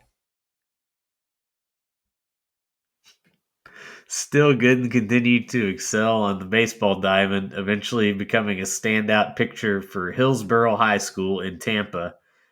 He was scouted by teams including the New York Mets, Cincinnati Reds, and the Chicago Cubs. Hey, there you go, Rick. You could have had Doc on your Cubs. Hey, I'm glad you brought me up there. I appreciate it. Sure. I've been sitting here just waiting. I've been chomping at the bit. I heard Gabe walking around the house all week this week trying to get down this.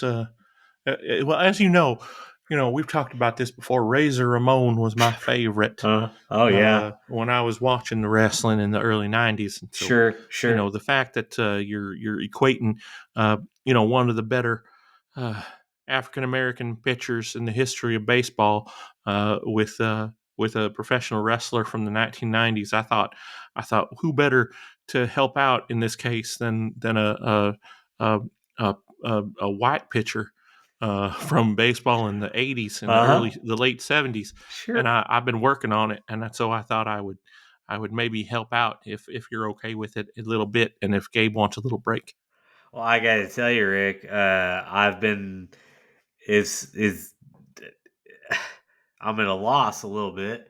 I'm so excited that you have decided to become more of a part of the creative endeavors here at the whole ball game, and the way you just shove your nose into it and just get right in there, whether you're wanted or not, is something to just be admired. You know that, and you live on a couch or behind a couch. I'm sorry, but you don't stop, and you don't let that define you, and I appreciate that. So yes. Well, look, at 75 years young, Yeah.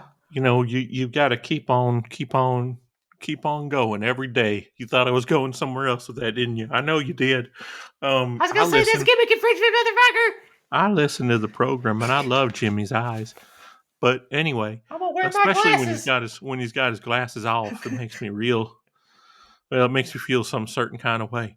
Anyway, so before we get into, there doesn't seem like there's a lot of quotes in this one so that I'm going to have a lot of chance, but certainly I'm going to play the part here Okay, yeah. of Doc. But Well, here, I've been working on this one all week for you. So here we go. You ready? Here. Say hello to the bad guy.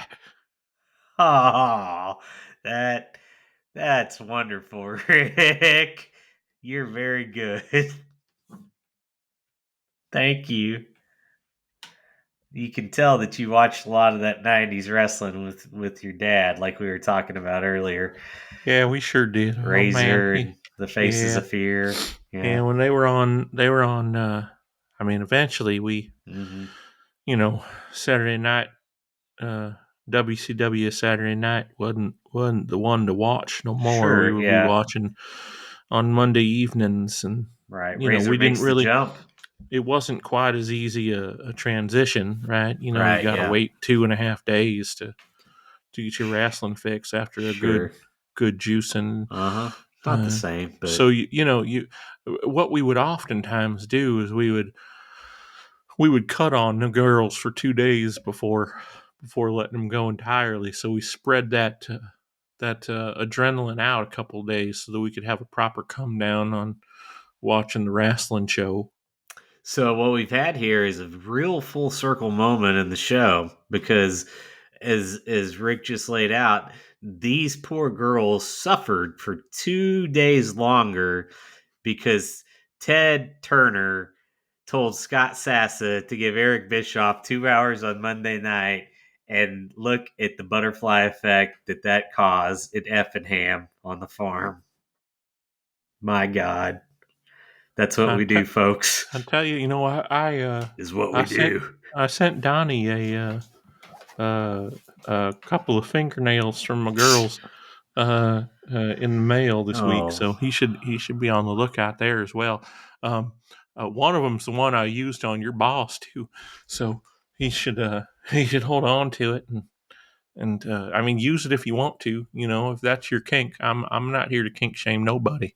use it as if it just is known and needs to be unsaid is how you would use that fingernail Well, in sure, you got in to a slide it in sexual between. manner. You got to slide it in between the gap, and even if Uh you don't have a gap, just the space in between your teeth. You know, and sometimes that resistance, that pain that comes from sliding it through, yeah, is all you need to go over top the plateau that you're looking for. You understand? to come. That's what you're saying.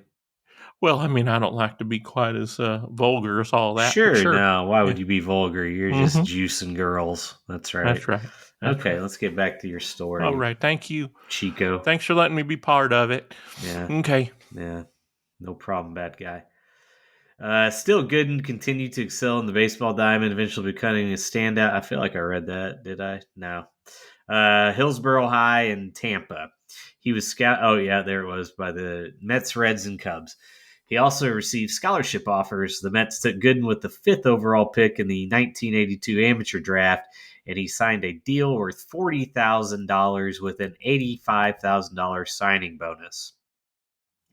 Like most prospects, Gooden started out in the low minors. In this case, the 17-year-old Gooden was assigned to Kingsport in the rookie level Appalachian League, and after just 2 starts, was promoted to Little Falls in the Class A New York Penn League. Overall, he went 5-5 with a 2.75 ERA and 11 starts, and was promoted to Lynchburg in the High Class A Carolina League for 1983. This is where I met Daryl. What about his other brother, Daryl? Daryl and I thought of ourselves as outsiders. Oh, yeah. Great.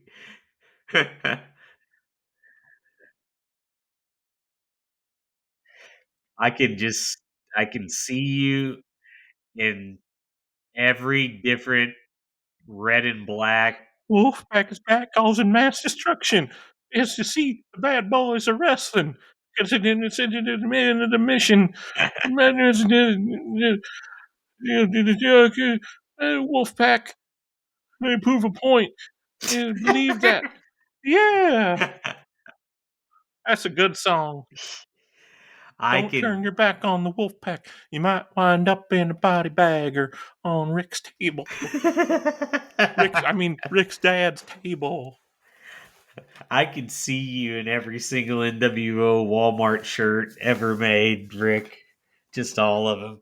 Just hanging off of you somehow, even as big as you are. There's still like 3 times too Well, I'd big. always buy a 5X, you understand? That's the place to get it.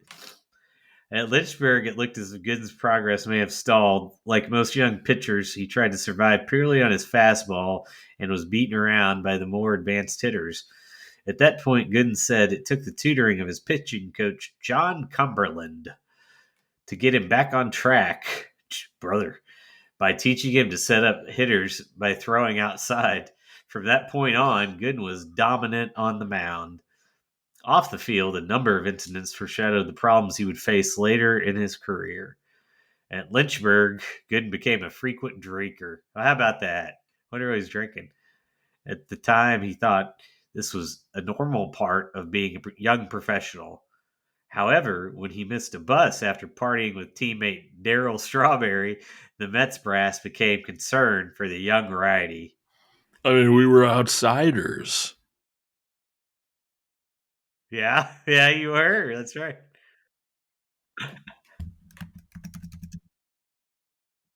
But at the same time, I'm glad because a lot less guys will be dropping dead young. Mm-hmm. You know, they do have a good wellness program. They contacted me. I went to 12 rehabs. I paid for the first 6. Vince paid for the last 6. By then, they had their wellness program up and running. And the last 2 or 3 weren't just 12-step deals because that wasn't working for me. Mm-hmm. I was going there, I was paying attention, I was participating, but it wasn't sticking. And then Vince's experts kind of went, well, let's maybe try treating the root cause and not the symptom. The symptom is drugs and alcohol abuse. Mm-hmm. You know, let's treat the cause. And that's when I started making a little headway. I mean, I'm sitting here straight today. Mm-hmm. Of course, it is early. So you had to, so you had to go deep. Of course, it is early, he said. I don't know if you heard that. Yeah. Like he's supposedly straight at the time. That's from 2009, I think. That clip, and like right in the middle of him saying, "I'm straight today," and then just off to the side of the camera, looks at the camera, and goes, "Of course, it is early." Yeah, well, you know, it's one of those things where, like, you know, smoking weed doesn't count, this doesn't count, whatever. But God, I got such a problem with like just that whole sentiment because here's the deal. So I got I don't know, probably maybe I'd never come up, but so I got a master's in social work, so I got a little bit of a background with some knowledge of this kind of shit. And I don't know how the fuck anybody could go through that many rehabs and that whatever. And, you know, you said the last 2 or 3 were different, but for it to take 8, 9, 10 rehabs before you figured out about the whole treating the root cause and all this, like, what are you doing? Just going someplace and getting like fucking abuse or something? Like, cause it just sounds like such horse shit. There's like just these little, like, you know, pieces of truth in there. And well, look, that's interesting because of what I'm going through currently with my brother. It's the same concept, right? Is, like, yeah, maybe you're right. Like, for some, this doesn't apply to Scott Hall because he was at least in the wrestling era of his life, and I think that's what caused most of this problem anyway. He was never in danger of being homeless. Yeah. But like, makes it all worse. I would say 90% of the issue right now with my brother is it's not even about the fact that he's an addict, although he is, and he's been on methadone for 12 years or something like that, on and off. But he's been in and out of rehab 3 times in 7 months, mostly because he's not got anywhere else to go that can provide a warm bed outside of a homeless shelter. Yeah.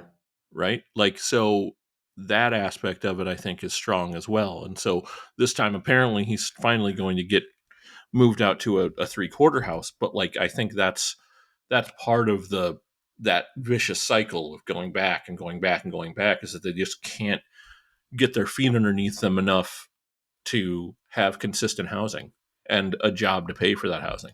Yeah, that's certainly, you know, I did not a lot of my semester at my undergrad was with the agency that worked with the homeless, and it's a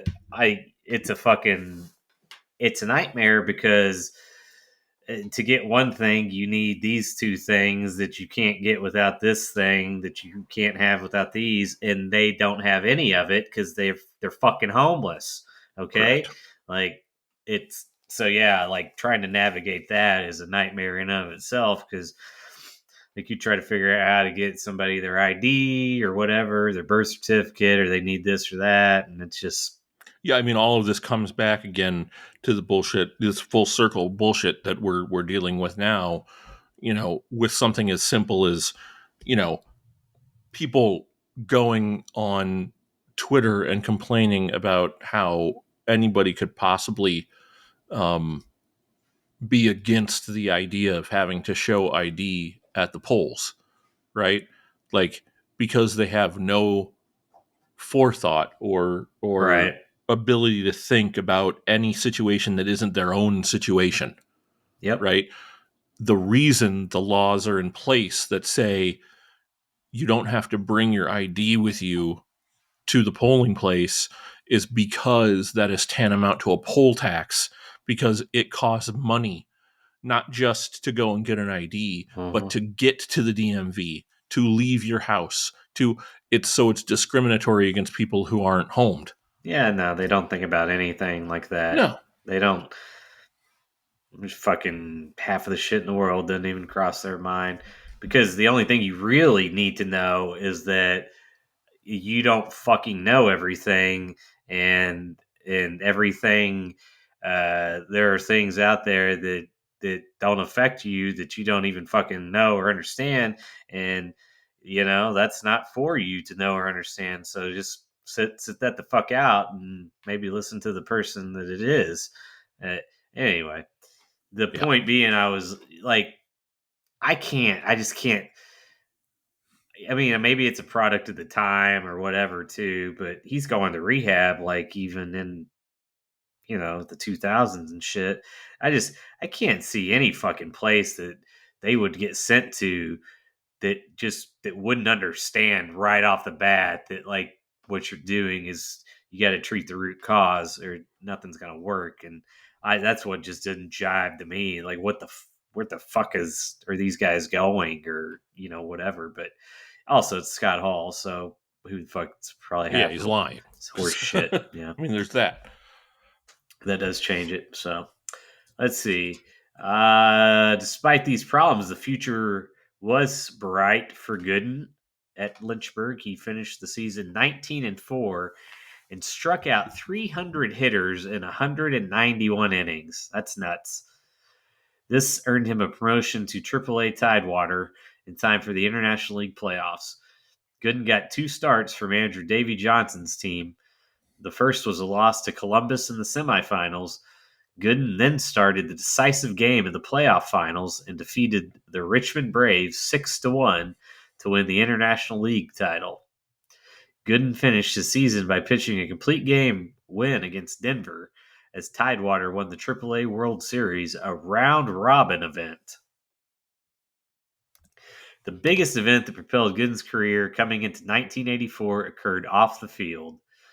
The 1983 Mets went through 2 managers, the aforementioned George Bamberger and Frank Howard, and finished 6th in the NL East. General manager Frank Cashin embarked on a rebuilding. At the heart of the rebuild was the core of the 1983 Tidewater team, including manager Davey Johnson and playoff call-up Dwight Gooden. As for whether he felt he belonged at the big league level, Gooden was up and down on the idea. He made his major league debut on April 7th at the Houston Astrodome. That's my fucking anniversary. How about that? How about it? Hey, they introduced me. They talked about round robin. There's a girl that used to live in Lynchburg. We called her round robin. No doubt. She would, a lot of the times, we'd hang out after games and we'd go down the street. There's a strip club called Lickety Splits. We'd end up there, and round robin was a dancer there. Little overweight, but Sure. had a dump truck on her, right? Because she's round. She'd back her ass into my face, and pretty regularly would fart right in my eyeballs. Oh no. And well, I bet you didn't know you can actually build up a tolerance to pink eye. It's crazy. I don't get it anymore. My wife here in well, no, I'm Doc Gooden. I'm not Scott Hall. So I'm still alive. My wife farts on my face regularly. It's great. It sounds like it. I can't Another believe win for the good guys. I can't believe Daryl didn't tell me about it. He wants to make sure that you know all the facts, like that medical one about the tolerance to the pink eye seemed like something. Hey yo, Daryl's a bullshitter, and we both know it. He'll tell you the same thing, I promise. It's early though. You know, Scott died. Oh wait, no, Doc. What? However, Gooden was a little unsure of his pending success after a rough. Oh wait, no, he made his major league debut April 7th at the Astrodome and won, surrendering 1 run in 5 innings and striking out 5. After the game, Gooden told his father he felt he would win a lot of games at the big league level if he. What a weird place for fucking. At a big league level if he continued to pitch the way he did that day. However, Gooden was a little unsure of his impending. Oh, Clucky boy here. He's not the best writer, is he? That's right. That'll get cut out. Probably. Gooden was a little. I becocked for those of you that were unsure. It was impending. There it is. After a rough outing at his next start against the Chicago Cubs at Wrigley Field, he pitched 3 1/3 innings and gave up 6 runs. This time, he told his father that he may not be ready yet for life in the big leagues. Luckily for the Mets, Gooden was wrong. During the rest of 1984, the young right-hander dominated the National League on the way to a 17-9 record with a 2.60 ERA. His weapon of choice, the strikeout. During his rookie season, Gooden averaged 11.4 strikeouts for 9 innings and struck out a total of 276. Fans in the media took to calling him Dr. K or Doc. His performance earned him Rookie of the Year honors in the National League. In 1985, Gooden was even better. He continued to rack up wins and strikeouts. He would go 18-1 during one stretch of the season and ended that season 24-4, mowing down hitters with an overpowering fastball and devastating curveball. He struck out 268 hitters in 276 2/3 innings and finished with an ERA of 1.53. All of this would earn him the National League Cy Young Award. His dominance on the field helped the Mets begin to look like contenders and made Gooden a proven commodity for advertisers. By the start of the 1986 season, Gooden was a spokesman for Polaroid, Kellogg's, Spalding, and Toys R Us. Hey, look, I love to take pictures. Yeah. Right? Especially of round robin. I'd eat cornflakes off of her dumper at home. So Kellogg's natural fit, and everybody loves Battle Creek, right, Billy? Spalding, right? Like it's baseball, right? So, and then Toys R Us. I'm a Toys R Us kid, man. I'm a big kid. Look what I can do. I can take more drugs than you. Thanks, Scott. You really nailed that humor. Daryl, wow. I'm a big kid now.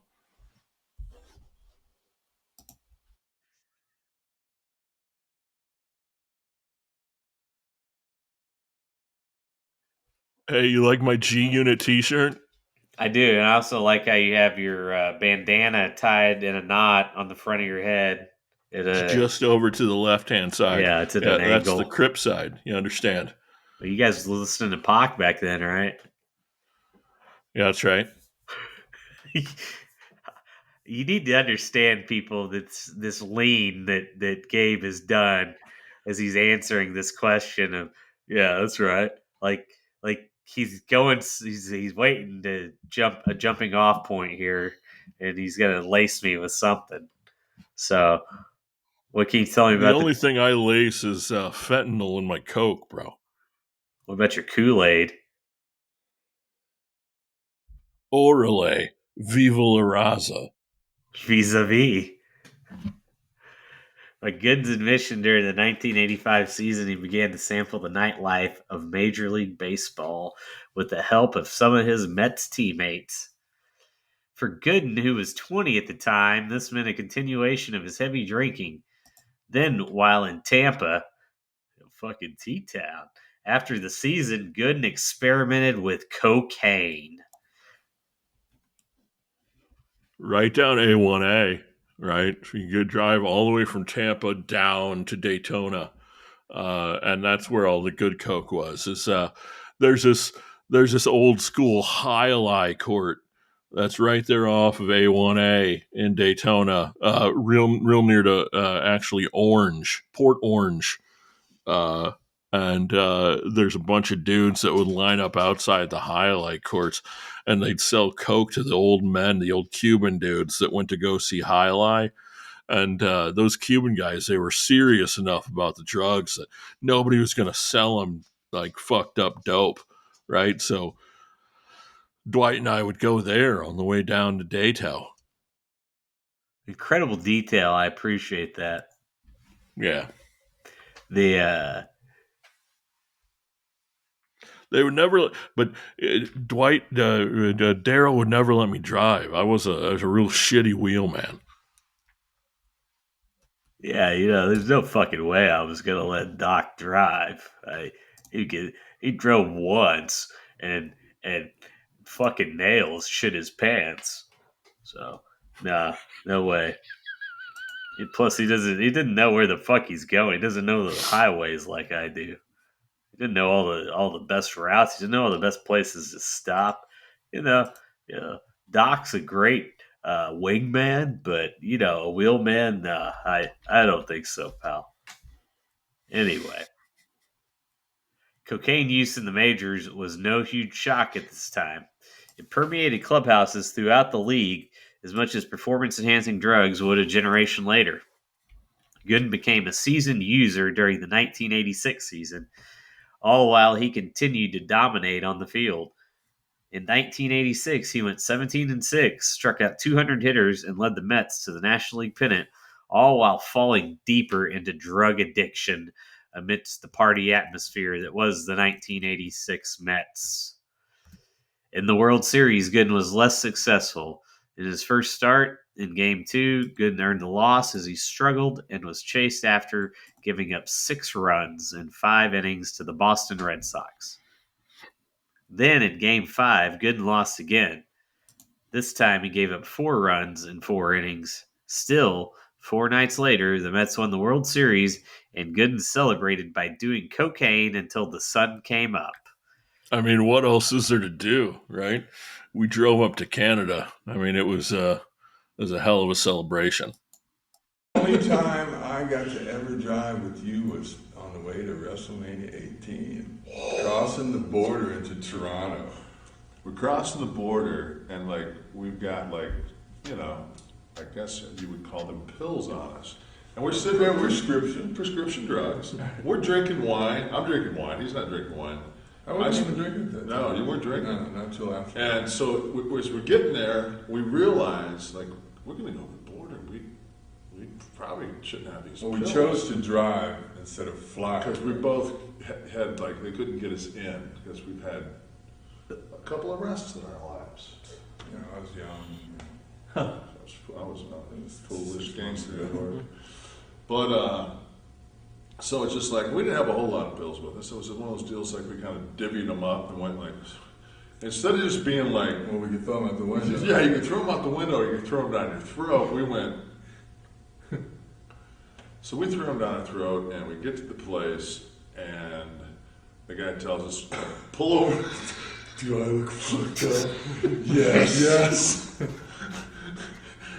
The guy wants to get WrestleMania tickets, and we're in this is the border, the border, the Canadian border. It's 3 or 4. Yeah, it's 3 or 4 in the morning, and Scott's got a halibut, and he's like, it's like, he's trying to get it up on the counter, and I'm like walking, like, and we're like, I look at Scott, the guy goes in the back row, I go, Scott, look fucked up. He goes, dude, don't say anything. We got out, we went to Tim Hortons and ate donuts, and I think we just sat there for a while, didn't we? Drank coffee, just sat there like. Luckily, the dude was a fan. And I think, didn't the office set us up with stuff so that Yeah, we in threw- that event? Yeah. We had WrestleMania tickets, we had merchandise, we had everything. We had everything to get, like, Because they weren't sure even with the legal documents they're going to let us in. We both had gun charges. Which is always good. They like the gun charges. No, the one when everybody went to Puke Park? Pittsburgh? No, not that one. The one we walked in and Hips up. and we walk in, but we're all just absolutely built out of our minds. We look and there's like the cop convention. That was one when they gave Sean the option to either go to jail or go to the hospital.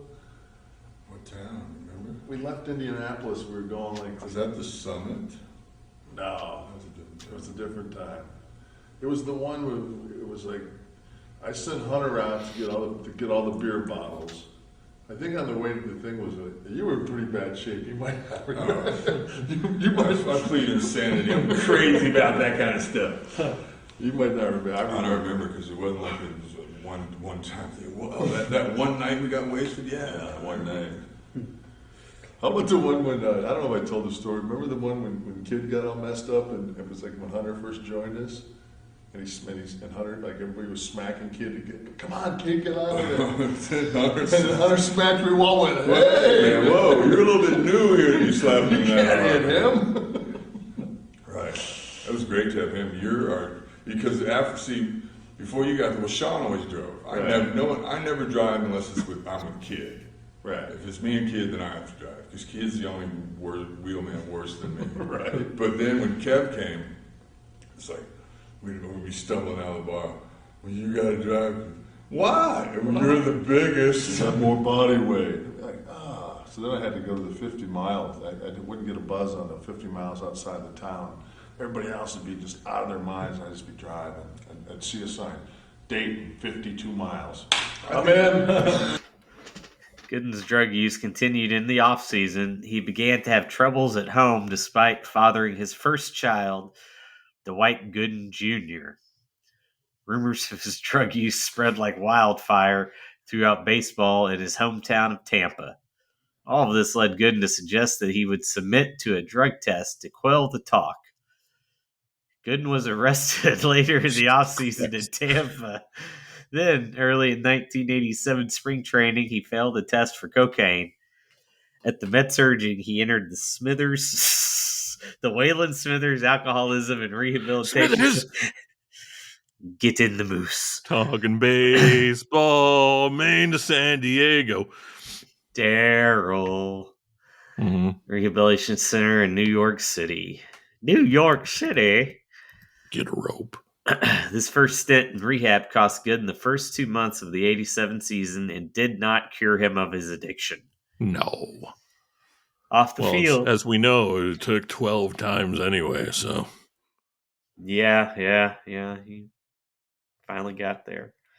Off the field, by his own admission, he continued to drink throughout the 87 season, though he did stop using cocaine for a prolonged period. On the field, Gooden was still the dominant pitcher the Mets had counted on since 1984. In 25 starts, he went 15-7 with an ERA of 3.21 while striking out 148. Gooden was also on form through the end of the 80s, though there were signs that all the innings and possibly the hard living were catching up with him. In 1988, with still a strong Mets squad, Gooden stayed clean and was 18-9 with a 3.19 ERA as the Mets won the NL East. He was still off cocaine in 1989, though he missed 2 months with his shoulder injury and made only 17 starts. As the 1990s opened, there was a changing of guard with the Mets. Gone or about to be so were many of the key players from the playoff runs of 86 to 89. Gooden, however, was in great shape and pitched like it. In 1990, he went 19-7 while striking out 223 in 232 innings. His number fell off the next 3 seasons, though he remained somewhat sober. That changed in 1994. Well, didn't it? Didn't a lot of things change in 94, Doc? Yeah, well, it's that day at Wrigley Field, you guys covered it already. There's not really much to say about it, but Yeah, that was Harry's game, right? Harry was. hey, There he there's a is. reason I wanted to take part in the program today. I knew it. I knew you were going to bring up the Tuffy game. Yep, that was our. That was where we met you for the first time, wasn't it, Harry? It's true. Hey, I was happy to bring myself along to the ball game. I got to tell you though, I've been listening to this guy talk about all of his exploits with drugs and alcohol abuse, and I got to tell you, uh, what a hero, what a champion he is. You big fan of that? I see. I Big was fan of. Look, at the end of the day, we're only around on this rock for a short amount of time, and you got to make the most of it. You understand? sure.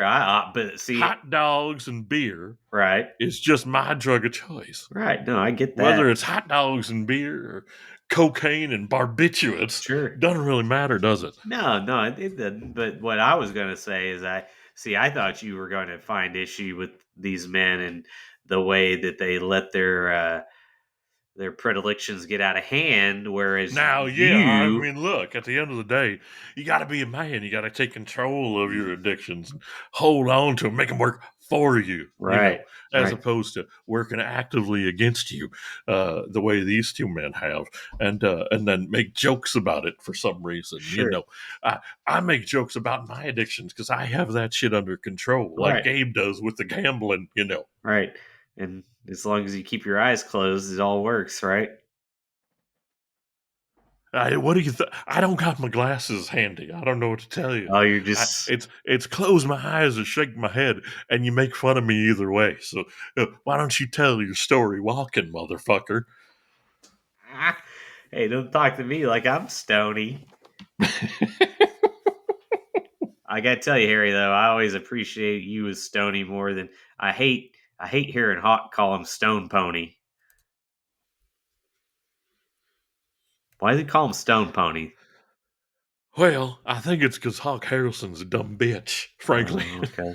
Yeah. I Great. mean, he spent so much time with Wimpy, and Wimpy got raped so many times that he's got to call him Stone Pony because what was he can't call him Wimpy, because Stony. If a man tried to rape Stony would have him strung up before he could say what. That's true. That's a good point. I didn't really put that spin on it. All right, I'm gonna read about the Tuffy game, okay, Harry? Hey, get to it, pal. All right, thank you. That season, Gooden became a historical footnote when he gave up 3 home runs to journeyman outfielder Tuffy Rhodes on opening day at Wrigley Field. He kicked a bat rack and broke his toe. The injury. Oh, God. This is the most pathetic sentence I've ever read. The injury required a rehab assignment, and during that time, Gooden began using cocaine again. Hey, have you ever broken your toe? I hope you just started doing it because you were bored and not like for pain management. No, man, it's not a joke. Like you can make fun of me all you want, but outside of tooth pain, man, you break a toe. What's the doctor gonna do? Put a cast on your toe? No, you just gotta suffer through that shit, man. And the cocaine helped the pain. I don't know what to tell you. I know my little girl tore my pinky ligament, and it's still like 6 months later, and it's not right. I understand that. It doesn't bend at the end anymore. That's fine. We're not the same. No, we sure not. We sure not. You not like us. Gooden's second relapse coincided with the beginning of the players' strike in 1994. Here we are again. While at home, he continued to use cocaine in his room while his wife and children were in the house. Gooden failed another drug test and was suspended for all of the 95 season. Gooden entered Narcotics Anonymous with the help of Ray Negron, a consultant with the Yankees, an assistant to the assistant to the assistant of the traveling secretary, and he began working toward a comeback. Gooden's comeback began in the winter of '96. In February, he signed a free agent contract with the Yankees. During his early starts that season, he was largely ineffective, and it seemed that a comeback would be a short one. Still, Gooden rallied to pitch a no-hitter against the Seattle Mariners at Yankee Stadium on May 14th. He finished 11-7 with the Yankees and was firmly back in the majors, albeit as a journeyman. Gooden was back with the Yankees in 1997 and even made a start in the American League Division Series. He got a no decision as Cleveland defeated the Yankees 3-2. After the season, he signed a free agent contract with the Indians and went 11-10 over 2 seasons.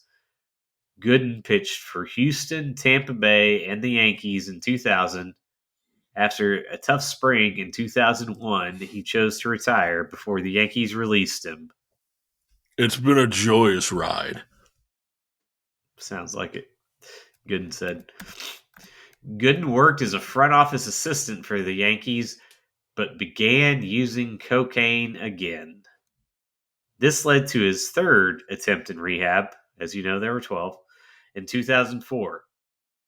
Drugs were not Gooden's only problem during this period.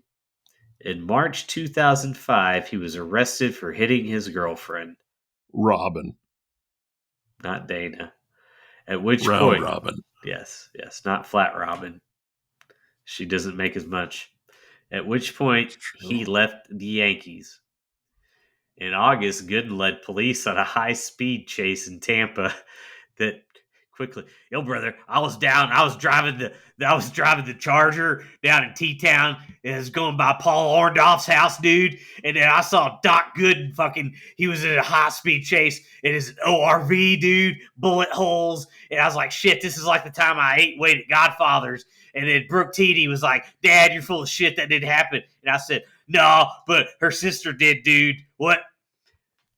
He missed a court-ordered domestic abuse prevention class, which triggered a 10-day incarceration in the Hillsborough County Jail. Gooden was sentenced to 3 years probation and community service stemming from the traffic stop and fugitive arrest. As part of this, he underwent rehab for a 4th time in 2006. After 3 months of sobriety, Gooden relapsed in the spring of 2006. This relapse was a parole violation, and Gooden was sentenced to a year and a day at a maximum security state prison in Lake Butler, Florida. Ever been to Lake Butler? No. I don't recommend it. Thank you. I'll take that to heart. After the prison stint, Gooden tried to once again establish firm footing in his personal life. This included reconciling with the Mets during the final year of play at Shea Stadium in 2008 and the first year of play at Citi Field in 2009. He was inducted into the Mets Hall of Fame in 2010 along with Davey Johnson and Daryl Strawberry. Despite this, Gooden relapsed again that year. A string of erratic behavior followed, and Gooden was arrested on a litany of charges, including child endangerment in New Jersey when he operated his vehicle under the influence of cocaine and Ambien with his son Dylan in the car. Well, he should have been fine then. It's fucking, Doc, that's just Doc being balanced. The cocaine and the Ambien, that's what we call Dwight. That arrest led to more spiraling behavior, and Gooden was a recluse for much of the summer of 2010 while living in a hotel in New Jersey. Then, with the help of his Narcotics Anonymous sponsor, Gooden attempted to reclaim his life. He appeared on TV's Celebrity Rehab. Gooden continued treatment in Bergen County, New Jersey, and in 2011 was placed on 5-year special probation in 2011 on charges stemming from his last arrest. Hey, you know that Dr. Drew guy. Oh boy, he was the guy on Celebrity Rehab. I liked him. Go You seen him figure. lately, though. I don't know what the hell happened to that guy. Like, he's like turned full on like Dr. Oz conspiracy theorist dude. Like, I don't know if you saw him on Twitter or what, but like he's out there talking about COVID not being real, and he got all Republican and shit. And I don't know. I think it's like Adam Carolla's money's just like warped his fucking brain. I was gonna say, you think Corolla had anything to do with that? He's had everything to do with it. Corolla built something for himself, right? Like, and congratulations to you, right? You built a studio and you got podcasts. That's good for you. And he's got his buddy along with him, and he's just seems to have thrown the entirety of his morality out the window. Just to make a quick buck, which is real fucking disappointing, especially for a kid who used to listen to Loveline I'm sure you used to jack off to it, didn't you?